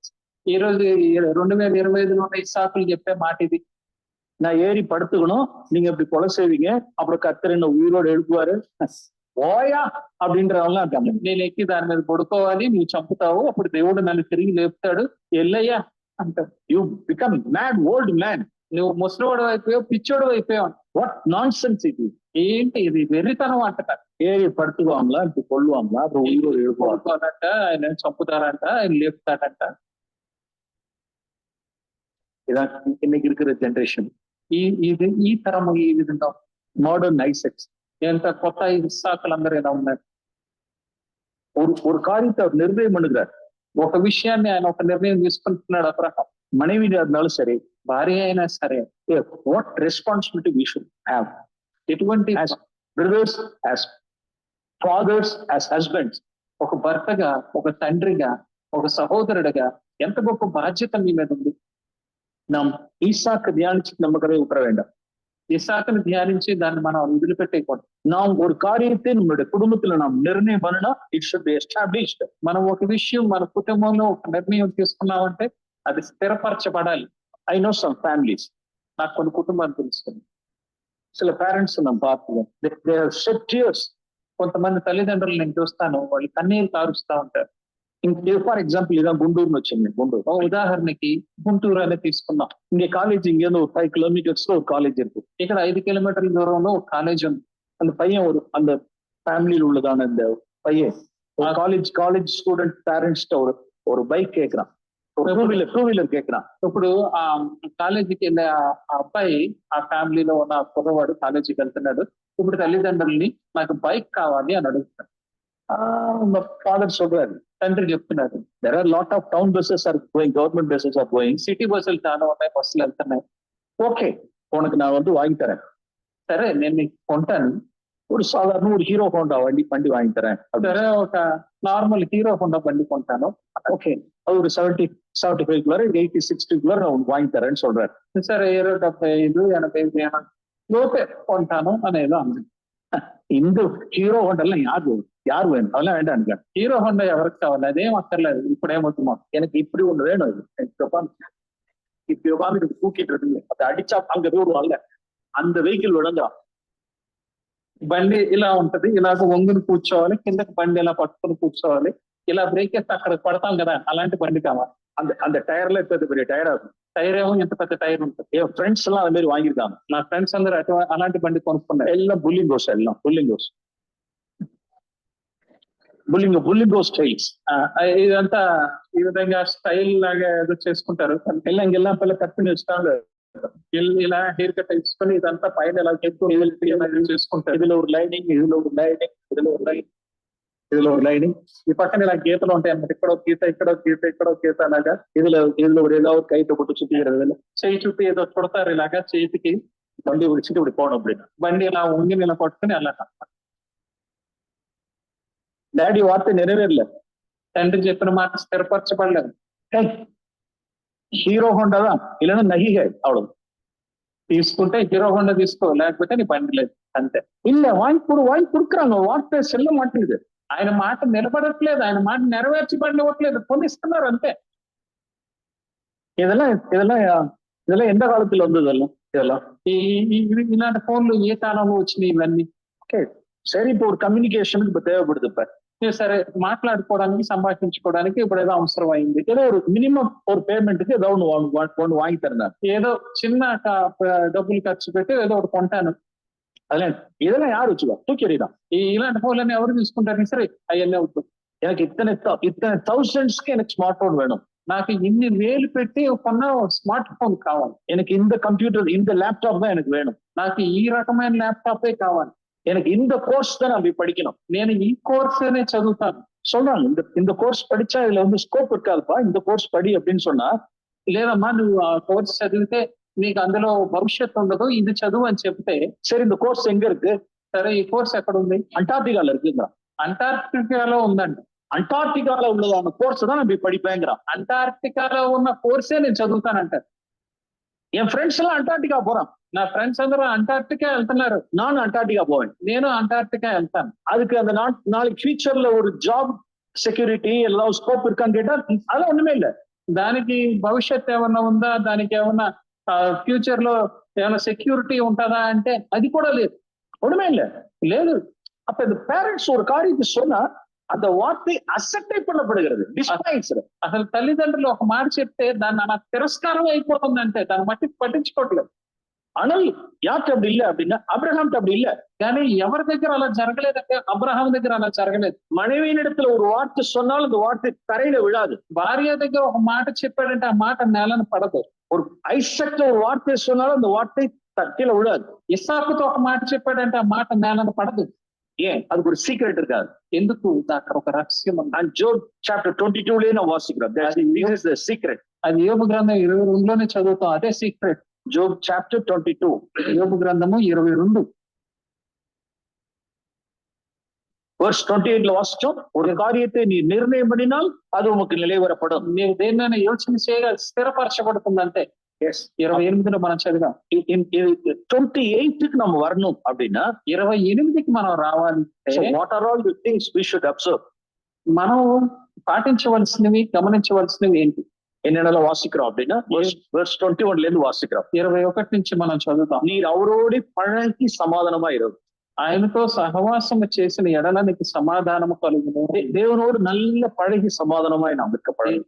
దేవునితో మంచి సహవాసము చేసి సమాధానం కలిగి ఉండాలి. verse 23లో వాసిస్తాం. 23లో చదువుతాం.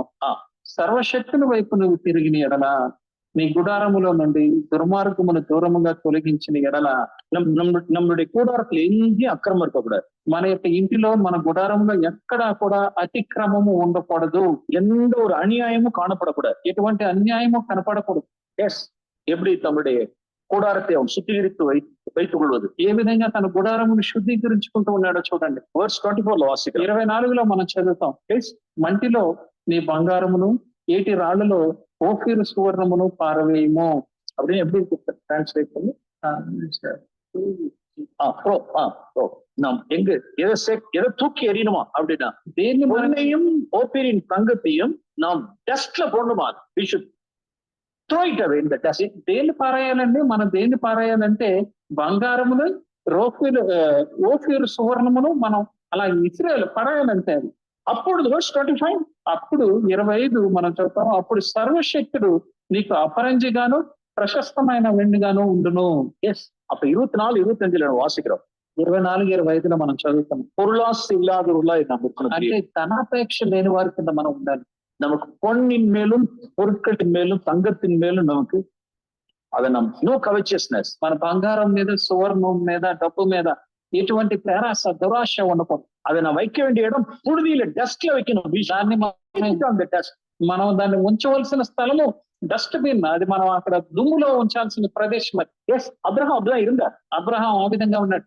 ஓகே, லோத்து தன்னிடத்தில் உள்ளதான ப்ராப்பர்ட்டி எல்லாம் டிவைட் பண்ணும் பொழுது தூக்கி வச்சுட்டாரு.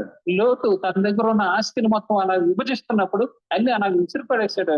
ఆయన విసర్జించాడు, ఇంకంతే వాటిని ఏం పట్టించుకోలేదు. ஆபிரகாம் பொருளாசை இல்லாத ஒரு மனுஷன், అబ్రహాము ధనాపేక్ష లేని ఒక మనిషి, பொருளுக்காக வாக்குவாதம் செய்யாதவன். ఆయన ఆస్తి కొరకు ఎక్కడ వాగ్వాదం చేయనివాడు. தான் சோதோம்ல கொள்ளையடிச்சிட்டு வந்த பொருட்கள் மேல தன் கண் வைக்காதவன். సొదొమ కుమారుని ఆయన జయించి, ఆ రాజును జయించి ఆ కొల్ల సొమ్ము తీసుకొస్తున్నప్పుడు Yes. ఆ సొమ్ము మీద తన ఆశ కూడా పెట్టుకోలేదు. తను எல்லா பொண்ணையும் தங்கத்தை தூக்கி எதுல வச்சான் அப்படின்னா டஸ்ட்ல வச்சான். ఆయన బంగారమును సువర్ణమును తీసి ఎక్కడ వేశాడంటే దుమ్ములోను మట్టిలో పారవేశాడు. அதனால சர்வ வல்லவர் அவனுக்கு என்னவா இருந்தார் அப்படின்னா பசுமண்ணும் சொக்கவள்ளியுமா இருந்தார். అందుకని సర్వశక్తుడు ఆయనకి ఏమయ్యారంటే అపరంజిగాను ప్రశస్తమైన వెండుగానే ఉన్నారు ఆయన.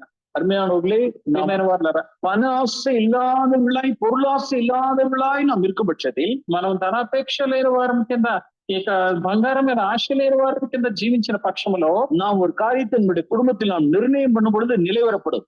మన కుటుంబంలో ఒక నిర్ణయం తీసుకున్నప్పుడు అది స్థిరపరచబడుతుంది. அது மனைவியிடத்திலும் பிள்ளைகளிடத்திலும் அந்த வார்த்தை நிறைவேறும். అది భార్య దగ్గర కానీ పిల్లల దగ్గర కానీ ఆ మాట నెరవేర్చబడుతుంది. எஸ், பூமியில் அவர் அப்படிதான் வாழ்ந்தார். భూమి మీద అబ్రహాం ఆ విధంగా జీవించాడు. அதனால கர்த்தர் என்ன சொல்ல முடிஞ்சிச்சு அப்படின்னா, అందుకని దేవుడు ఏం చేయడం, அவருடைய சிநேகிதன் அப்ரஹாமை தன்னுடைய சிநேகிதன் சொன்னார். అబ్రహాము నా స్నేహితుడు అని చెప్పారు. அப்ரஹாமுக்கு அத பாரதீஸ்க்கு யாருடைய பேரை வச்சார் அப்படின்னா அப்ரஹாமுடைய மடி அப்படின்னு வச்சார். ఇక్కడ పరలోకంలో ఏమని మాట్లాడుతున్నారంటే అబ్రహాము యొక్క రొమ్ముని ఆనుకున్న ఒడిలో కూర్చున్నవాడు అని చెప్తున్నారు. அவர் என்ன ஆச்சரியம் பாருங்க. చూడండి ఎంత ఆశ్చర్యం. பரதீசுக்கு யாருடைய பேர் அப்படின்னா அப்ரஹாமுடைய மடி. పరలోకమునికి ఏం పేరంటే అబ్రహాము రొమ్ము. ஏன் ఎందుకు? ஏன் அப்படின்னா இந்த பூமியில భూమి మీద அவர் அவ்வளவு செல்வ சீமானாய் இருந்தும் ఎంత ధనము కలిగిన ధనవంతుడిగా ఉన్నప్పటికీ அவருடைய பார்வை எல்லாம் எங்க இருந்துச்சு அப்படின்னா பரலோகத்திலேயே இருந்துச்சு. ఆయన ఆలోచన అంతా ఎక్కడ ఉందంటే పరలోకం మీదే ఉంది. தூரத்திலேயே கண்டு நம்பி அணைத்து கொண்டார். ఆయన దూరంగా ఉండగానే దాన్ని చూసి నమ్మి దాన్ని హత్తుకున్నాడు. இந்த பூமியில அந்நியனும் பரதேசியமாய் வாழ்க்கை வாழ்க்கை. ఈ లోకంలో ఈ భూమి మీద ఒక అన్యుడిగాను పరదేశిగాను జీవించాడు. நாம் ஹீப்ரூஸ் சாப்டர் 11 வாசிக்கலாம். మన హెబ్రీలకు రాసిన పత్రిక 11వ అధ్యాయంలో, ஹீப்ரூஸ் சாப்டர் 11 హెబ్రీలకు రాసిన పత్రిక 11వ అధ్యాయము. At Kalyan Jewelers, enjoy flat 50% off on value additions on all products. Conditions apply. Heritage curd చాలా థిక్, చాలా టేస్టీ. ఇక మీరు ఎప్పుడు తిన్నా రోజంతా ఆనందమే. verse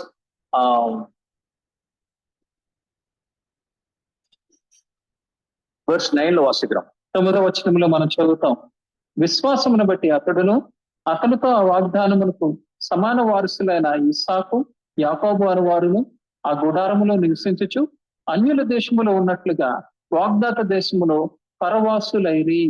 verse 10 10లో, ఏలయనగా దేవుడు దేనికి శిల్పియు నిర్మాణకుడై ఉన్నాడో పునాదులు గల పట్టణం కొరకు అబ్రహాము ఎదురు చూచుచుండెను. verse 13 13వ వచనం, వీరందరూ ఆ వాగ్దానములు గల ఫలము అనుభవింపకపోయినను దూరము నుండి చూచి వందనము చేసి తాము భూమి మీద పరదేశులను యాత్రికులమై ఉన్నామని ఒప్పుకొని విశ్వాసము గలవారై మృతునందిరి.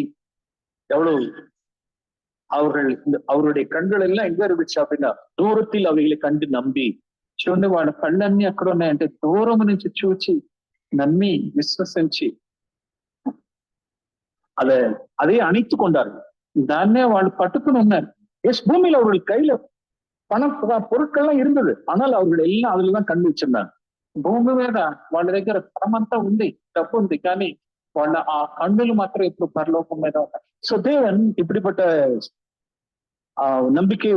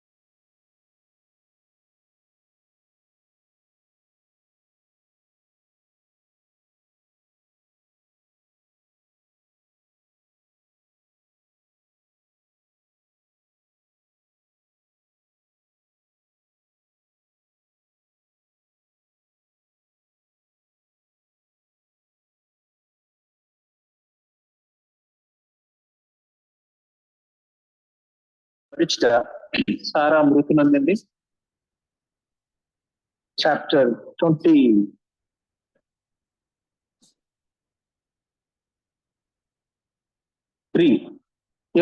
అధ్యాయంలో இந்த காரியத்தை பார்த்து நான் முடிக்க விரும்புகிறேன். ఇది ఆఖరిగా దీన్ని చూసి ముగించాలనుకుంటున్నాను. సారాల్ మరిచి அவருடைய వయసు 127 వయసు.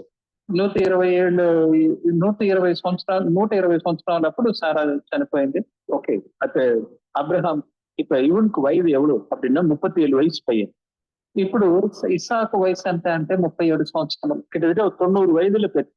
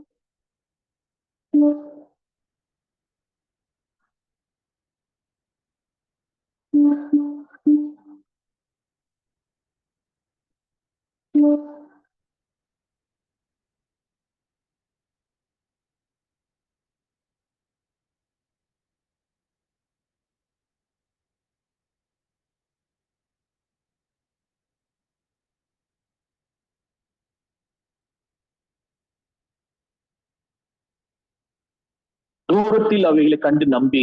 చూడండి, వాళ్ళ కళ్ళన్నీ ఎక్కడ ఉన్నాయంటే దూరం నుంచి చూచి నమ్మి విశ్వసించి అదే అణిత్తు கொண்டார். దాన్నే వాళ్ళు పట్టుకుని ఉన్నారు. எஸ், பூமியில அவர்கள் கையில பணம் பொருட்கள்லாம் இருந்தது, ஆனால் அவர்கள் எல்லாம் அதுலதான் కన్ను வச்சிருந்தாங்க. భూమి మీద వాళ్ళ దగ్గర పణమంతా ఉంది, డబ్బు ఉంది, కానీ వాళ్ళ ఆ కన్నులు మాత్రం ఇప్పుడు పరలోకం మీద ఉన్నాయి. సో தேவன் இப்படிப்பட்ட நம்பிக்கை உடையதான அந்த ஆப்ரஹாமுக்கு என்ன வச்சாரு அப்படின்னா పరదీసు, అబ్రహాముடைய మడి அப்படின்னு పేరు వచ్చారు. ఇటువంటి నమ్మకం కలిగిన అబ్రహామును బట్టి దేవుడు పరలోకమును ఏమని పిలుస్తున్నారంటే అబ్రహాము రొమ్ము అని మనకు తెలుస్తున్నారు.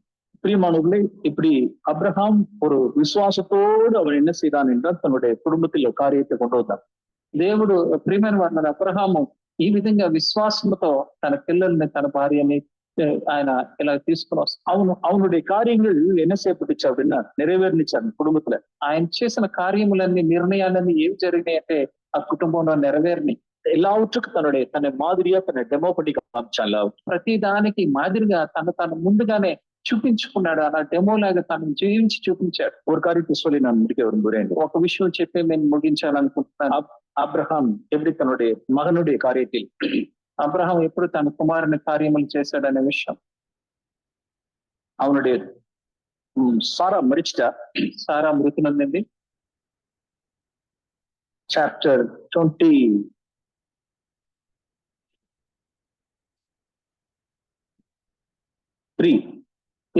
అధ్యాయంలో இந்த காரியத்தை பார்த்து நான் முடிக்க விரும்புகிறேன். ఇది ఆఖరిగా దీన్ని చూసి ముగించాలనుకుంటున్నాను.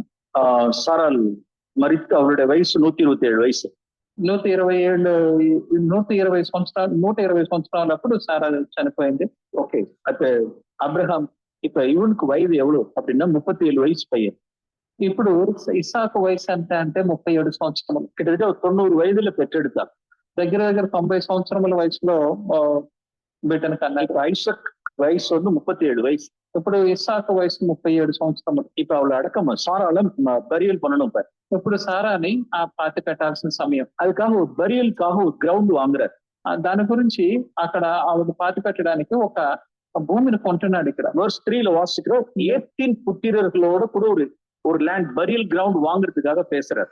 ఒక స్థలము కొనడానికి హేతు కుమారుల దగ్గర ఒక స్థలముల గురించి మాట్లాడుతున్నారు. அதாவது அப்பாவுடைய டீலிங், அப்ரஹாமுடைய dealing 37 years old Isaac boy observe பண்றாரு பாரு. తండ్రి ఏ విధంగా సంప్రదిస్తున్నాడు, మనుషులతో ఎలా మాట్లాడుతున్నాడు అనే విషయాన్ని 37 సంవత్సరముల ఇస్సాకు చూస్తున్నాడు. చూడండి, அப்ப அவனுக்கு வயசு இன்னும் கூட, అప్పుడు తను అబ్రహాం వయసు ఇంకా ఎక్కువ, இன்னொரு 10 வயசு கூட, 137 వయసు. ఇప్పుడు సారాకి 120 అంటే అబ్రహాంకి 130 సంవత్సరం. 137 వయது అబ్రహాం ஒரு கிழவனா இருந்தவன் ஒரு బరియల్ గ్రౌండ్ డీలింగ్ பேசிட்டு இருக்கிறார். 137 సంవత్సరముల వయసు గల వృద్ధుడైన అబ్రహాము ఆయన భార్యను పాతి పెట్టడానికి ఒక స్థలం గురించి మాట్లాడుతున్నాడు. verse 4 వాసిద్దాం. 4లో మనం చదువుతోంది, మీ మధ్య నేను పరదేశిగాను పరవాసిగాను ఉన్నాను.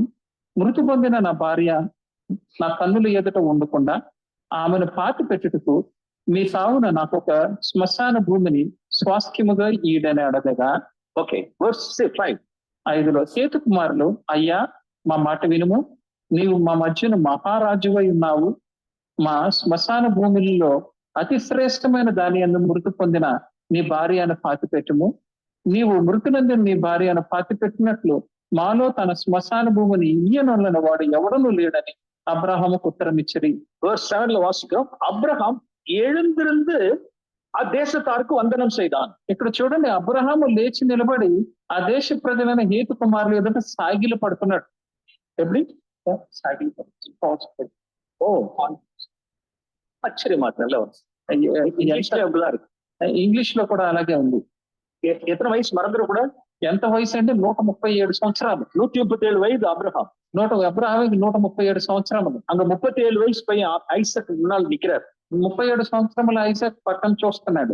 డాడీనుடைய காரியங்களை அப்சர்வ் பண்றாரு. డాడీని అలా గమనిస్తున్నాడు, నాన్న ఎలా చూస్తున్నాడు. 37 வயது கிழவன் எழுந்து பவுடவுன், அவர் வணங்கி என்ன செய்யறார் அப்படின்னா வந்தனம் செய்யறார்.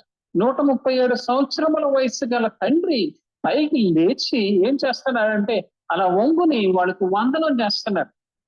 மறுபடியும் அவங்க ஜனங்கள் என்ன செய்யறாங்க, ஃப்ரீயா வச்சுங்கிறாங்க. అక్కడ మనుషులు one more lesson he taught. తను ఇంకొక పాఠం నేర్పించాడు. Isaac one more lesson. తన కుమారుడైన ఇస్సాకు ఇంకొక పాఠం నేర్పించాడు. ఇక్కడ మనుషులు ఏమంటున్నారంటే ఫ్రీగా తీసుకో అంటున్నారు. నీ మహాప్రభు, నువ్వు రాజువై ఉన్నావు మా మధ్య, ప్లీజ్ இந்த ஏத்தின் புத்திரர்கள் சொல்றாரு, இந்த ల్యాండ్ நீங்க ஃப்ரீயா வச்சுங்க அப்படிங்கிறார். హేతు కుమారులు అంటున్నారు ఫ్రీగా తీసుకోండి, ఉచితంగానే ఇస్తాం మీకు. அவர் சொல்றாரு பாருங்க, అబ్రహాం చెప్తున్నాడు, no no no no no, free business లా వేண்டாం, వద్దండి, నాకు ఇలాగా ఉచితంగా తీసుకునేది ఏది వద్దు. நல்ல I don't want to take any advantage. ఇక్కడ నేను గొప్పవాడిని కాబట్టి దాన్ని నాకు అనుకూలంగా ఏది మరల్చుకోను. சில பிள்ளைகள் இன்னைக்கு தங்களுடைய பேரண்ட்ஸ் நிதானிச்சிருக்காங்க. చాలా కొంతమంది పిల్లల్ని, తల్లిదండ్రుల్ని పిల్లలకు గమనిస్తూ ఉంటారు. எங்க மதருக்கும் எங்க ஃபாதருக்கும் எங்கேயாவது ஓசியில சீப்பா கிடைச்சிச்சுன்னா தூக்கி உள்ள போட்டுக்குவாங்கிறது தெரியும். మా తండ్రికి తల్లికి ఎక్కడన్నా చీప్ గా ఏమైనా దొరికితే వెంటనే తీసుకుని జోబులు వేసేసుకుంటారని వాళ్ళకి తెలుసు. நல்ல అడ్వాంటేజ్ எடுக்கிறவங்க దాన్ని ఒక వాళ్ళకి అనుకూలంగా తీసుకుంటారు వాళ్ళు.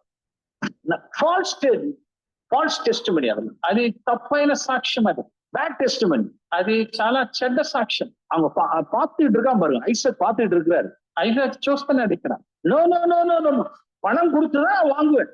ఏమంటున్నాడంటే లేదు లేదు లేదు, నీ డబ్బులు ఇచ్చి మాత్రమే కొంటానంటున్నాడు. అప్పుడు అదే దేవుని కుంభా రైచియస్నెస్, అదే నా దేవుని ముందున్న యథార్థత అంటే నీతి. என் ஒய்ஃப் அடக்கம் பண்ணணும் அப்படின்னா நான் பைசா கொடுப்பேன். నా భార్య నేను పాతి పెట్టాలంటే నేను డబ్బులు ఇస్తా. ఓకే, మறுபடியும் verse 12 వాసిద్దాం. మరలా మళ్ళీ 12వ వచనంలో మనం చదువుతాం. Please read. అప్పుడు అబ్రహాము ఆ దేశపు ప్రజల ఎదుట సాగిలపడి மறுபடியும் వందనం செய்து మరొకసారి అలా సాగిలి పడుతున్నాడు ఇక్కడ అబ్రహాం. ఓకే, அந்த ల్యాండ్ வாங்குறார், ఆ స్థలమును తీసుకున్నాడు. అన్మేనోడ్లే, ప్రియమైన వారులారా, நாம் பொருளாசை இல்லாத மனுஷன் அப்படிங்கிறதுக்கு మనము ధనాపేక్ష లేని వారము అని చెప్పడానికి தன்னுடைய மகனுக்கு அவ்வளவா காமிச்சிட்டார். தன் குமாரடிக்கு అంతగా ఆయన చూపించాడు. ఏదో మోడల్ ఎగ్జాంపుల్ நம்முடைய பிள்ளைகளுக்கு நாம் காண்பிக்கிறது. ఎంత గొప్ప మాదిరిగా మన బిడ్డలకి అది చూపించాలమ్మా. 137 వయసులో என்ன రెస్పెక్ట్ அடுத்தவர்களுக்கு, 137 సంవత్సరములు కలిగిన వ్యక్తి ఎదుటి వారికి ఎటువంటి గౌరవం ఇస్తున్నాడు. 137 వయசுக்கு ஜனங்கள்கிட்ட எவ்வளவு ஒரு காரியத்தை கிரயம் கொடுத்து పైసా கொடுத்து ஒரு ల్యాండ్ వాంగుறது என்ன. 137 సంవత్సరముల వయసులో మనుషుల దగ్గర డబ్బులు ఇచ్చి ఒక స్థలమును కొంటున్నాడంటే அப்ப நாம என்ன சொல்லுவோம், మనం ఏమని చెప్తాం, நாம் பிள்ளைகளுக்கு பிரியமானோம், நம்மளுடைய సందడికి நம்மளுடைய కుటుంబத்தாருக்கு நம்ம ఎగ్జాంపుల్. ప్రియమైన వారులారా, మన కుటుంబానికి మనం మాదిరి కలిగిన వారి కింద దేవుని కుంభా ఉత్తమమైన ஒரு பிழைப்படி దేవుని ఎదుట మనము నీతిమంతులుగా జీవించాలి. பொருளாசை இல்லாதவர்களா இருப்போம், ధనాపేక్ష లేని వారి కింద ఉందాం. தேவன் சொன்னதை நாம் நிறைவேற்றுகிறவர்களா இருப்போம். దేవుడు చెప్పినది మనం నెరవేర్చే వారి కింద ఉందాం. அப்படின்னா நம்முடைய వార్த்தை நம்முடைய మனைవి పిల్లల నెరవేరు. అప్పుడు మనం చెప్పిన మన మాట మన భార్య దగ్గర నెరవేర్చబడుతుంది. நாம் அடுத்த సెషన్ல, తర్వాత సెషన్ లో, இன்னொரு సెషన్ లో நாம் లోతు గురించి జస్ట్ ఆపోజిట్, లోతు గురించి తర్వాత దీనికి వ్యత్యాసంగా ఉంటది.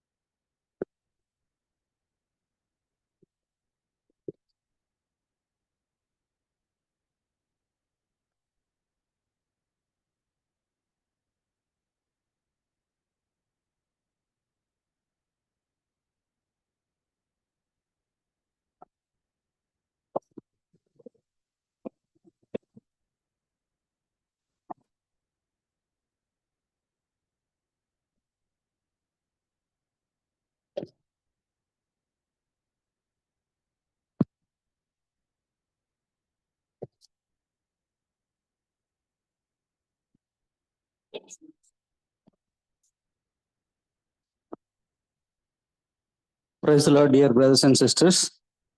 Thank you for this time. Brother ఇప్పుడే షేర్ చేసుకోమన్నారు, అందుని బట్టి వందనాలు. విక్టర్ బ్రదర్ ఒక మాట చెప్పారు. విక్టర్ బ్రదర్ ఒక మాట చెప్తుంటే నాకు ఒక విషయం కన్ఫర్మ్ అయింది. దేవుని యొక్క రహస్యాలు ఆయన బిడ్డలతో ఉంటాయి. కీడు ఏదన్నా జరుగుతుంటే ముందుగానే ఆయన బిడ్డలకు తెలియజేస్తాడు. దేవుని నామానికి మహిమ కలుగును గాక. గౌతమికి సర్జరీ అయ్యే ముందు మా అమ్మతో మాట్లాడాను. అమ్మ ఇట్లా గౌతమికి సర్జరీ చేయాలంటున్నారు అని చెప్తే సరే ప్రార్థన చేద్దామంది. ఆ రోజు సాయంత్రం అంతా చాలా ఎందుకనో ఆవిడకి మనసంతా బాధ అయిపోయింది. బాధ అయిపోయి ఆవిడకి ఒక ఇన్సిడెంట్ జరిగింది. ఆ ఇన్సిడెంట్ ద్వారా ఆమెకి ఏమర్థమైందంటే మా అమ్మకి గౌతమికి చాలా కీడు జరగబోతుందని అర్థమైంది. అంటే ఒక రకంగా తనకి ఏదో ఒక ప్రాణహాని ఉన్నట్టు చాలా భయం వేసేసి ఆ రాత్రి అంతా నిద్ర పట్టకుండా ఒక రకంగా దేవునికి ప్రార్థన చేస్తా ఉంది. తర్వాత చెప్పింది నాకు. ఆ నెక్స్ట్ డే కాల్ చేస్తే చాలా భయం వేసింది అయ్యా, నాకు ప్రార్థన చేశాను, ఏదో కీడు జరగబోతున్నట్టు నాకు చాలా భయం వేసిందని చెప్పింది. తర్వాత నాకు భయం వేసిందని మాత్రమే చెప్పింది. అయితే గౌతమి పడిపోయినప్పుడు మా అమ్మకి చెప్పలేదు, కంగారు పడద్దేమని అని చెప్పి. ఒక 2 రోజులు అవి ఫోన్ చేసి చెప్పాను. చెప్తే మా అమ్మ ఏడుస్తుంది. ఏడుస్తూ చెప్పింది నాకు. అప్పుడు ఏంటంటే చాలా కీడు జరగబోతుందని చెప్పి నాకు ముందే అర్థమైందయ్యా. దేవుడు నాకు అర్థమైంది, దేవా బిడ్డను బ్రతికించు, ఎట్లాంటి ప్రాణహాని జరగకుండా ఉండాలని ప్రేయర్ చేశాను అని చెప్పి తర్వాత చెప్పింది నాకు. అయితే బహుశా దేవుడు తెలియజేసాడేమో. ఆ రాత్రి అంతా భయపడుతూ ప్రార్థన చేసింది తన కోసం. సరే, తను పడిపోయిన తర్వాత ఇంటి దగ్గర ఉన్నాం కదా, తను కలవరిస్తా ఉంది. పక్కనే పడుకుంది మంచం మీద హాల్లో, నేను పక్కనే కూర్చున్నా. పక్కనే కూర్చుంటే కలవరిస్తుంది, నేను రాను అని. నేను వెంటనే ఇట్లా కదిపి, ఏంటి గౌతమి అన్నా. నన్ను లాక్కెళ్తున్నారు అంది. అప్పుడు వెంటనే నాకు అర్థమయ్యి నేను గద్దించి ప్రార్థన చేశాను. దుష్టుని, ప్రభా ఇది దుష్టుని కార్యంలాగుంది, దుష్టునికి ఎట్లాంటి అధికారం లేదు, నీ గౌతమి నీ కుమార్తె, నువ్వు సహాయం చెయ్యి అని చెప్పి గద్దించి ప్రార్థన చేసుకున్నాను. అది సండే. యాక్చువల్గా ఆ రోజు నేను ప్రేయర్కి రావాల్సింది, రాలేకపోయాను. ఆ రోజు మేబీ మనకి ఫ్యామిలీ మీటింగ్ అనుకుంటా, ఫ్యామిలీ సండే అనుకుంటా. అది అయిపోయిన తర్వాత కొందరు బ్రదర్స్ వచ్చారు, వెళ్ళారు. తర్వాత స్టీఫెన్ అన్నాను, మన సిస్టర్ వచ్చారు. వచ్చి వాళ్ళు కూడా కొంచెంసేపు ఉన్నారు. వెళ్తా లాస్ట్లో సిస్టర్ అంది, ప్రేయర్ చేసి వెళ్దామని. సరే, నాకు వెంటనే గుర్తొచ్చి రండి ప్రార్థన చేద్దాం అని చెప్పి వెళ్ళి వాళ్ళు ప్రేయర్ చేశారు. మళ్ళీ కలిసి దుష్టుని గద్దించి ప్రార్థన చేశాం. ప్రార్థన చేస్తే వాళ్ళు వెళ్ళిపోయారు.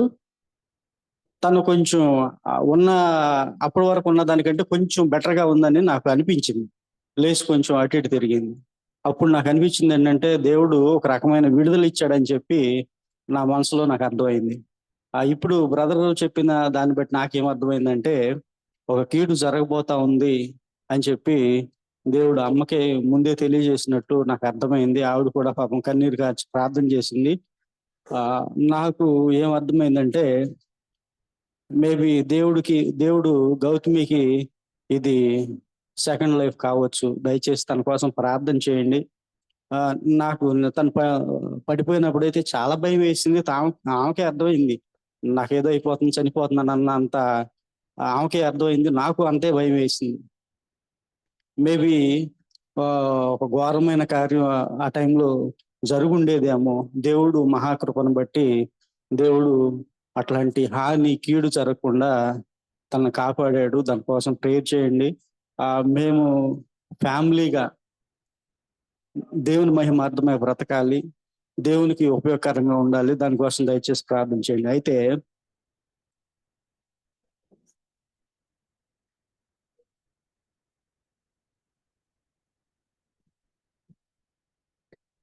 రైట్, ఇది ఇంటర్లింక్ అవుతా ఉంది. గౌతమి నాన్సీ.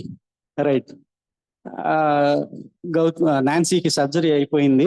మధ్యలో వాళ్ళ ప్రిన్సిపాల్తో మాట్లాడితే, ఫైనల్ ఎగ్జామ్స్ కదా, మాట్లాడితే ఏమోనండి ఎట్లా ఉంటుందో తెలియదు, పైనుంచి రూల్స్ ఎట్లా ఉన్నాయో మాకు తెలియదు, వాళ్ళు ప్రమోట్ చేయమంటే చేస్తాము, ఎగ్జామ్ పెట్టమంటే పెడతాము, లేదంటే ఇయర్ రిటైన్ చేయమంటే రిటైన్ చేయాల్సి ఉంటుంది అన్నారు. నాకు భయం వేసింది. సరేలే, ఏదేమైనా దేవుని స్తోత్రం, దేవుడు ఏది అనుమతిస్తే దానికి సిద్ధమేలే. మరలా ఆవిడ 7th చదవాల్సి వస్తే, దేవా నీకు అలా ఇష్టమైతే అదే చేస్తాను అని చెప్పి అదే అనుకున్నాను. రైట్, అద్భుతంగా అదే. తర్వాత మెడికల్ సర్టిఫికేట్ తీసుకెళ్ళి వాళ్ళకి చెప్తే వాళ్ళు ఎగ్జామ్ రాయిపించారు. మేబీ ఒక 2 ఎగ్జామ్స్, వాళ్ళకి 8 పేపర్స్ ఉన్నాయి. 2 ఎగ్జామ్స్ రాసింది. 3rd ఎగ్జామ్కి తన హాస్పిటల్ అడ్మిట్ అయింది. Maybe last 2 papers 7th 8th papers మరలా పిల్లలతో వెళ్ళి రాసేసింది. మీన్ వైల్ మధ్యలో వాళ్ళకి హాలిడేస్ వచ్చినాయి. హాలిడేస్లో రిమైనింగ్ పేపర్స్ రాసేసింది. అద్భుతంగా మొన్న మండేకి ఆ పేపర్స్ అన్ని రాసేసింది. అందుని బట్టి కూడా వందనాలు. దానికోసం కూడా మీరు ప్రేయర్ చేశారు, అందుని బట్టి మీకు వందనాలు. రైట్. అయితే ఈ టైంలో నా బిజినెస్ ఎలాంటిదంటే, మేబీ తనకి శివశ్రీకి తెలుసు. మా బిజినెస్ ఎలాంటిదంటే, వాళ్ళు పిలిచినప్పుడు వెళ్ళి మేము చేయాలి. మేము వెళ్ళి చేస్తామంటే మాకెవరు వర్క్ ఇవ్వరు. వాళ్ళు పిలిచినప్పుడు వెళ్ళి చేయాలి. వాళ్ళు పిలిచినప్పుడు వెళ్ళి చేయకపోతే తర్వాత మాకు ఆ కంప్లైంట్ మాకు వస్తుందో, కాల్ మళ్ళీ వస్తుందో రాదో మాకు తెలియదు. నాన్సీ సర్జరీ చేసినప్పుడు ఆ రోజు లిటరల్గా 24 కాల్స్ వచ్చినాయి. ఆల్రెడీ ప్రీవియస్ డే ఒక 7 కాల్స్ కంప్లైంట్ ఉన్నాయి. ఒకటే అనుకున్న, బిజినెస్ ప్రభా నీ చిత్తం, నువ్వు నువ్వు నువ్వు ఇచ్చావు, నువ్వు కంటిన్యూ చేస్తే కంటిన్యూ అవుద్ది, లేకపోతే పోతే పోద్ది.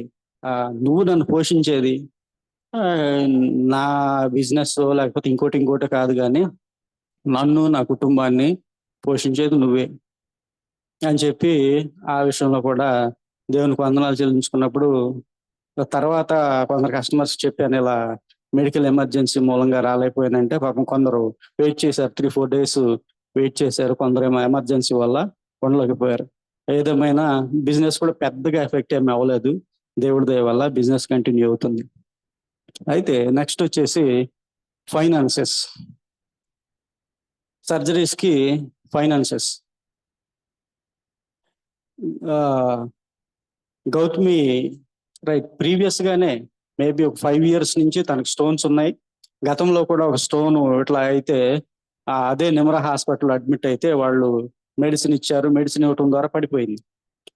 రైట్, తనకు అర్థమైపోయింది, ప్రీవియస్ ఎక్స్పీరియన్స్ ఉంది కాబట్టి పెయిన్ వచ్చినప్పుడు ఇది కిడ్నీ స్టోన్ పెయిన్ అని అర్థమైపోయింది. తనతో పాటు ఇంకో బాబుకు కూడా స్టోన్ సిస్టోస్కోపీ సర్జరీ చేశారు. పాపం తనకైతే ఐడెంటిఫై అవ్వలేదు. ఐడెంటిఫై అవటానికి చాలా టైం పట్టింది. బయట పాపం మేబీ అరౌండ్ 30,000 పే చేయాల్సి వచ్చింది, అంటే టెస్ట్లు కానీ వాటికని. రైట్, అయితే వేరే హాస్పిటల్లో సర్జరీ చేయించుకుందాం అనుకున్నారు వాళ్ళు. అక్కడ ఆరోగ్యశ్రీ కూడా ఉంది. ఆరోగ్యశ్రీ ఉంటే ఆరోగ్యశ్రీ క్లెయిమ్ చేస్తాం, అయినా కానీ ఎక్స్ట్రా ఇంకొక 30,000 పే చేయాలి అన్నారంట. ఇక వాళ్ళు అక్కడ కాదని చెప్పి ఆంధ్ర హాస్పిటల్కి వచ్చేసారు. అయితే తనకైతే మేబీ బయట చేయించాలంటే, లేదంటే చాలా ఎక్కువ డబ్బులు అయ్యాయి, లేదంటే ఆరోగ్యశ్రీ చేసినా కానీ ఇంకా చేతి డబ్బులు పడేవి. నాకైతే పెద్దగా ఏం ఖర్చు అవ్వలేదు, కానీ తనకు మాత్రం అరౌండ్ 15,000 మాత్రమే అయింది. అంత మాత్రం తన వరకు అయినాయి. అయితే ఆరోగ్యశ్రీని బట్టి దేవునికి వందనాలు నిజంగా. మరి గవర్నమెంట్ అది ప్రవేశపెట్టిన వాళ్ళు కానీ, అది కంటిన్యూ చేస్తున్న వాళ్ళని బట్టి కానీ, అందుని బట్టి దేవునికి వందనాలు. నాన్సీకి యాక్చువల్గా నాన్సీతో పాటు కూడా ఇంకో బాబు, సేమ్ ఏజ్ బాబు కూడా సర్జరీ అయిందని చెప్పాను. పాపం మా బాబు కూడా ఒక 1 week ఏమో సఫర్ అయ్యాడు ఐడెంటిఫై అయ్యాక.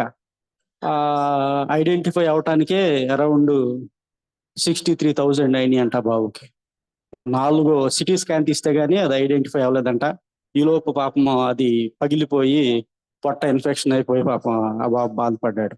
ఎక్కడ హరిణి హాస్పిటల్లోనే ఎక్కడో ఐడెంటిఫై అయిందంట. వెంటనే సర్జరీ చేయాలి, సర్జరీకి ఒక 3.5 lakh అవుతాయి అన్నారంట. వాళ్ళు కూడా మా దగ్గర లేవని చెప్పి నిమ్రా హాస్పిటల్కి వచ్చారు. అయితే నాన్సీకి వెంటనే ఐడెంటిఫై అయింది. నాకు జస్ట్ స్కాన్కి ఎంత ఒక 1,000 rupees. నాన్సీకి ఎంత అయ్యి ఉంటే మేబీ నాకు 2,000 అయ్యి ఉంటే, అంతకంటే ఎక్కువ ఇవ్వలేదు. అయితే మేబీ ఈ రెండింటి విషయం, గౌతమి విషయంలో కానీ నాన్సీ విషయంలో కానీ బయట అయితే చాలా అయ్యాయి. మేబీ ఆరోగ్యశ్రీ ఉన్నా కానీ చాలా అమౌంట్ అయ్యాయి. నాకైతే దేవుడు కనికరం వల్ల తనకు ఒక 15,000, నాన్సీకి జస్ట్ ఒక హార్డ్లీ 2,000. ఇంతలోనే నాకు దేవుడు సహాయం చేశాడు. అందును బట్టి కూడా వందనాలు. రైట్, ఇంకోటి ఏంటంటే, ఈ జర్నీలో దేవుడు చేసిన ఇంకొక అద్భుతం ఏంటంటే, గౌతమిని వాళ్ళ పేరెంట్స్, యాక్చువల్గా మనకి జకరియా గ్రంథంలో ఒక మాట ఉంటుంది, పిల్లల హృదయాల్ని తల్లిదండ్రుల హృదయంతో ఏకం చేసే దేవుడు ఏకం చేస్తాడని చెప్పి అదే ఏలియాని పంపించి ప్రవచనాత్మకంగా అట్లా యునైట్ చేస్తాడని చెప్పి మనకి ఆ మాట ఉంది. అయితే తనకు వచ్చిన ఇబ్బంది మూలంగా మా అత్తగారు ఎప్పుడో తను ప్రెగ్నెంట్ అప్పుడు మచిలీపట్నం మా ఫాదర్స్ హౌస్ కి ఒక్కసారి జస్ట్ వచ్చారు, తర్వాత రాలేదు ఆవిడ. మేబీ ఆవిడ పెద్దగా బయట ఎక్కడికి వెళ్ళి ఉండదు, వాళ్ళ ఇంటి దగ్గరే ఉంటది. ఇక్కడ ఇబ్రహీంపట్నం అయితే ఇక్కడికి వచ్చి మేము ఇది 14th ఇయర్, ఇప్పటికి కూడా ఆవిడ రాలేదు. అయితే ఈ గౌతమికి బాగాలేనప్పుడు ఇక వచ్చింది, వచ్చి పాపం తనుంది. దేవుడు అద్భుతంగా, మేబీ అంత బాండింగ్ వాళ్ళ లైఫ్ లో ఇప్పటి వరకు లేదు. ఈ తనకి ఇది అవటం మూలంగా దేవుడు అద్భుతమైన బాండింగ్ ఇచ్చాడు, వాళ్ళని ఒక రకంగా రెస్టోర్ చేశాడు. తను, వాళ్ళ చెల్లి, వాళ్ళ అమ్మ చక్కగా మాట్లాడుకుని, నిజంగా ఈ పరిస్థితుల్లో దేవుడు మాకు ఎంత తోడుగా ఉన్నాడో, దేవుడు ఎంత సహాయం చేశాడో మా అత్తగారు కూడా కొన్ని విషయాలు అర్థమైనవి. ఆవిడ కూడా హ్యాపీగా ఉంది. కొన్ని విషయాలు దేవుడు మీకు సహాయం చేస్తాడు, దేవుడు ఆ మీకు తోడున్నాడని చెప్పి చక్కగా ఆవిడ కూడా కొన్ని నాకు నిజంగా సంతోషం అనిపించింది. గతంలో ఎప్పుడు చూసినా కానీ అంత బాండింగ్ ఉండేది కాదు, మాట్లాడుకుంటేనే గొడవలు అయిపోయాయి వాళ్ళకి. అట్లాంటిది అద్భుతమైన బాండింగ్ ఇచ్చాడు, వాళ్ళు చక్కగా రెస్టోర్ అయ్యి చక్కగా ఉంటున్నారు. నాకు చాలా సంతోషం అనిపించింది. దేవుడు అదొకటి గౌతమి వాళ్ళ ఫ్యామిలీలో మేలు చేశాడు. ఫైనల్ గా నా ఆత్మీయ స్థితి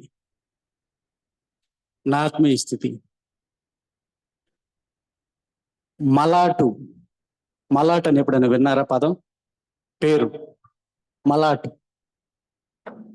మలాట్ అంటే ఒక పెద్ద సుత్తి, మేబీ బిగ్గెస్ట్ హ్యామర్, మేబీ 5 కేజీలో అంతకంటే పెద్దగా ఉంటుంది అనుకుంటా. మలాట్ అంటారు దాన్ని. అది ఎవరు ఉపయోగిస్తారంటే రాళ్ళు కొట్టేవాళ్ళు ఉపయోగిస్తారు, బండలు కొడతారు, పెద్ద పెద్ద బండలు. చిన్న సుత్తులు మేబీ డాక్టర్స్ దగ్గర ఉంటాయి. వాళ్ళు ఏం చేస్తారంటే ఆర్థోపెడిషియన్స్ దగ్గర అనుకుంటే దాని తేడా వస్తే టెట్టు కొట్టి రబ్బర్ సుత్తులు టెస్ట్ చేస్తూ ఉంటారు. చెక్క సుత్తులు ఉంటాయి, ఐరన్ హ్యామర్స్ ఉంటాయి చిన్న సైజులో. బట్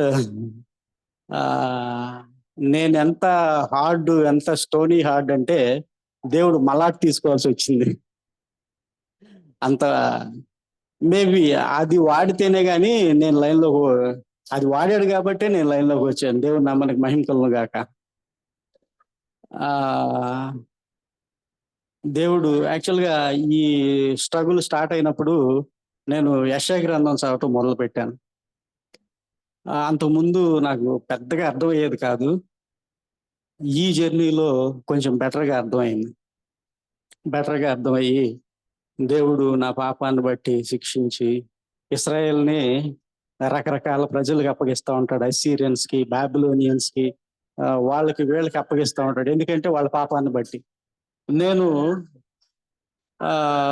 నేను కూడా ఆత్మీయతలో దిగజారిపోయి రకరకాల పాపాలతో ఉన్నప్పుడు దేవుడికి అది ఇష్టం అనిపించలా. ఆయన దగ్గరికి పిలుచుకోవడానికి దేవుడు ఈ శ్రమని ఆయన వాడుకున్నాడు. నిజంగా యాకోబు మీద, ఇశ్రాయేల్ మీద దేవుడు ఎంత ప్రేమ చూపిస్తున్నాడు, అయితే అదే ప్రేమ నా మీద కూడా చూపిస్తున్నాడు అనిపించింది. అక్కడ 40th చాప్టర్లోకి వచ్చేపాటికి అంటాడు, యెరూషలేముతో ప్రేమగా మాట్లాడుడి, యెరూషలేము యుద్ధ సమయము సమాప్తమైంది, యెరూషలేముతో ప్రేమగా మాట్లాడండి అంటాడు. అప్పుడు నాకు అనిపించింది, దేవా ఈ స్ట్రగుల్స్ నుంచి, శ్రమల నుంచి నన్ను ఒడ్డుకు తీసుకొస్తున్నావా అని. తర్వాత 43, 49 చాప్టర్లోకి వెళ్తే యాకోబు, ఇశ్రాయేలు అని దీర్ఘం పెట్టి మాట్లాడతాడు. ప్రేమగా ఉన్నవాళ్ళు అంత దీర్ఘంగా పిల్లల్ని, తల్లిదండ్రులు, అట్లాగే నన్ను సురేషు అన్నట్టు అనిపించింది. నిజంగా దేవా నీకు వందనాలు. నేను ఎంత హార్డ్ అయిపోయానో అనిపించింది. దేవుడు ప్రేమగా మాట్లాడతాం. ఈ స్ట్రగుల్ వచ్చే వరకు జలముల్లో పడి వెళ్ళినా అవి నీ మీద పారవు, అగ్నిలో వెళ్ళినా అవి నిన్ను దహించవు అంటే నాకు అర్థం కాల. జలముల్లో పడి వెళ్ళిన సరే, నీళ్ళలో నడిచి వెళ్తాము, అవి మన మీద పారటం ఏంటి అనుకున్నాను. దాని అర్థం ఏంటంటే నాకు అర్థమైంది, శ్రమ వచ్చినప్పుడు ఆ శ్రమలో మనం నశించిపోయి ఆ నీళ్ళలో మునిగిపోము. మునిగిపోతే చనిపోయిన వ్యక్తి మీద అవి పారుతాయి, మునిగిపోతాడు, నశించిపోతాడు, అవి పొంగి పారుతాయి. అయితే శ్రమలో మనం వెళ్తాము, అవి మన మీద పారవు, ఆ శ్రమలో మనం నశించిపోము. అగ్ని లాంటి సమస్యలో మనం వెళ్తాము, ఏదో చిన్న ఇబ్బంది ఉంటే ఉండొచ్చేమో, కానీ అవి మనల్ని కాల్చి నాశనం చేసేవి అని నాకు అర్థమైంది. ఆ వచనం కొంచెం అర్థమైంది. రైట్. ఒక 2 weeks బ్యాక్ కొంచెం రెస్టోర్ అవుతున్నా దేవుని దగ్గరికి. ఈ లోపు మళ్ళీ ఒడ్డెక్కేసాను కదా, ఒడ్డెక్కేస్తే మళ్ళీ తోక జాడించడం మొదలుపెట్టి మళ్ళీ చిన్న దిగజార్పు వచ్చేసింది. మనసు బాధపడుతుంది. ఏంటి ప్రభువా, నేను చక్కగా బ్రదర్స్ సిస్టర్స్ అందరూ చక్కగా ఆత్మీయంగా ఎదుగుతున్నారు, నాకంటే చిన్నవాళ్ళు కూడా ఎదుగుతున్నారు, నేనేం దిగజారిపోతున్నాను అని చెప్పి మనసు బాధపడి చదువుకుంటా ఉంటే మళ్ళీ 52 చాప్టర్ అనుకుంటా, అక్కడ నువ్వు స్ట్రేంజర్గా అనుకుంటున్నావా, నువ్వు స్ట్రేంజర్గా అయినా పర్వాలా, నా మీద విశ్వాసం ఉంచు. లేదు, నువ్వు ఒక యూనక్ అనుకుంటున్నావా, ఆ యూనక్ అంటే హిజ్రాల్కి పాపం, ఆడవాళ్ళకైతే ఆడవాళ్ళు పెళ్లి చేసుకుంటారు, వాళ్ళకి ఫ్యామిలీ ఉంటుంది. మగవాళ్ళు అయితే వాళ్ళు పెళ్లి చేసుకుంటారు, వాళ్ళకి ఫ్యామిలీ ఉంటుంది. మరి యూనక్స్కి, హిజ్రాల్కి ఎవరు పెళ్లి చేసుకోరు, ఎవరు చేరదీయరు, ఎవరు ఫుడ్ పెట్టరు. కాబట్టి ఏం చేస్తారు, వాళ్ళు అడుక్కుంటారు. వాళ్ళు హోప్లెస్ అండ్ యూస్లెస్గా ఉంటారు. వాళ్ళతో దేవుడు ఏం మాట్లాడుతున్నాడంటే, కుమారుల కంటే కుమార్తెల కంటే శ్రేష్టమైన పేరు నీకు ఇస్తాను, నా రాజ్యంలో నా యొద్ద నీకు శ్రేష్టమైన స్వాస్థ్యం ఇస్తాను అంటున్నాడు. నాకు అట్లా అనిపించింది ఒకసారి, ఏంటంటే మళ్ళీ యూస్లెస్గా అయిపోయినా, హోప్లెస్గా అయిపోయినా అనిపించింది. ఒక యూనక్ లాగా యూస్లెస్ అయిపోయినా కానీ నా మీద విశ్వాసం ఉంచు, నిన్ను మరలా బెటర్ స్టేజ్కి నేను తీసుకెళ్తాను అని దేవుడు చక్కగా మాట్లాడుతూ ఎంకరేజ్ చేస్తూ వచ్చాడు. రైట్. ఈ క్రమంలోనే మేబీ లాస్ట్ 2 Wednesdays మెడిటేషన్స్ కూడా నాకు హెల్ప్ అయింది. జాక్ బ్రదర్ అంటాడు, లాస్ట్ టైం ఫస్ట్ ఓపెనింగ్ అప్పుడు ఏమంటాడంటే, పరిచయాల గురించి మాట్లాడుతూ ఏమంటాడంటే, దేవాతి దేవుడు అద్భుతమైన బోధకుడు వచ్చి మాట్లాడుతూ ఉంటే వాళ్ళు హోల్స్ ఎతుకుతున్నారు. Instead of sitting at his feet and learning, they are looking for some holes and mistakes. అయితే నేను కూడా అట్లాగే హోల్స్, మిస్టేక్స్ ఎతికేవాడిని. కానీ ఇప్పుడు దేవుని బిడ్డల దగ్గర, మేబీ వయసులో నాకంటే చిన్నవాళ్ళు అయినా కానీ వాళ్ళ పాదాల దగ్గర కూర్చొని నేర్చుకోవాలని నాకు అనిపించింది. నేర్చుకోవడానికి దేవుడు సహాయం చేస్తున్నాడు. And one more thing, Canaanite women, కనాను స్త్రీ, పాపం యేసుప్రభు ప్రయాసపడి ఆవిడ కోసమే వెళ్ళాడు. అక్కడ పట్టించుకున్నట్టు ఉంటాడు. ఆవిడ కేకలు పెడద్ది, వినడు.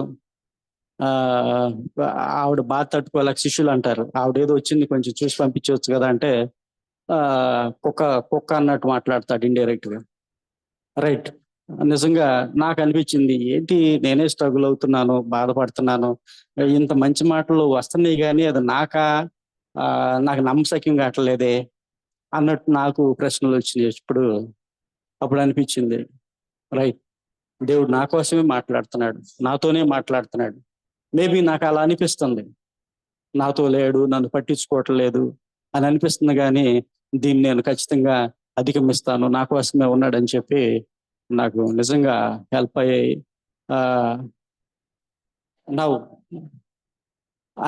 నేను ఓపెన్గా చెప్తున్నాను, నిజంగా ఈ శ్రమ ప్రేమగల తండ్రి నాకు పెట్టడం మూలంగా నేను ఆత్మీయంగా బెటర్ అయ్యాను. చాలా విషయాలు అంతకుముందు నాకు అసూయ ఉండేది, దాన్ని ఎలా ఇచ్చేయాలో నాకు అర్థమయ్యేది కాదు. కానీ అక్కడ ఇశ్రాయేలుతో అదర్ నేషన్స్ డీల్ చేస్తారు, వీళ్ళు తప్పు చేశారు, వీళ్ళని కరెక్ట్ మార్గంలో పెట్టాలని వేరే వాళ్ళకి ఇస్తే వాళ్ళు నాశనం చేసేద్దామని చెప్పి వీళ్ళతో ఫైట్ చేస్తూ ఉంటారు. కానీ సమ్ సార్ట్ ఆఫ్ డిసిప్లిన్ కోసమే దేవుడు వాళ్ళని చేశాడు. నాకు ఈ లెసన్స్ అన్ని బాగా హెల్ప్ అయినాయి. అందుకు నిజంగా ప్రేమ గల తండ్రికి చాలా వందనాలు. మా కోసం ప్రేయర్ చేసిన చర్చ్కి, ఎంకరేజ్ చేసిన బ్రదర్స్కి, సిస్టర్స్కి వీఆర్ రియల్లీ థ్యాంక్ఫుల్. మా కోసం ప్రేయర్ చేయండి. పర్టికులర్గా గౌతమి కోసం కూడా ప్రేయర్ చేయండి. మేము ఫ్యామిలీగా దేవునికి, దేవుని మందిరానికి ఉపయోగపడేవారుగా ఉండాలని కోరుకుంటున్నాము. దయచేసి మా కోసం ప్రార్థన చేయండి. Thank you very much brothers.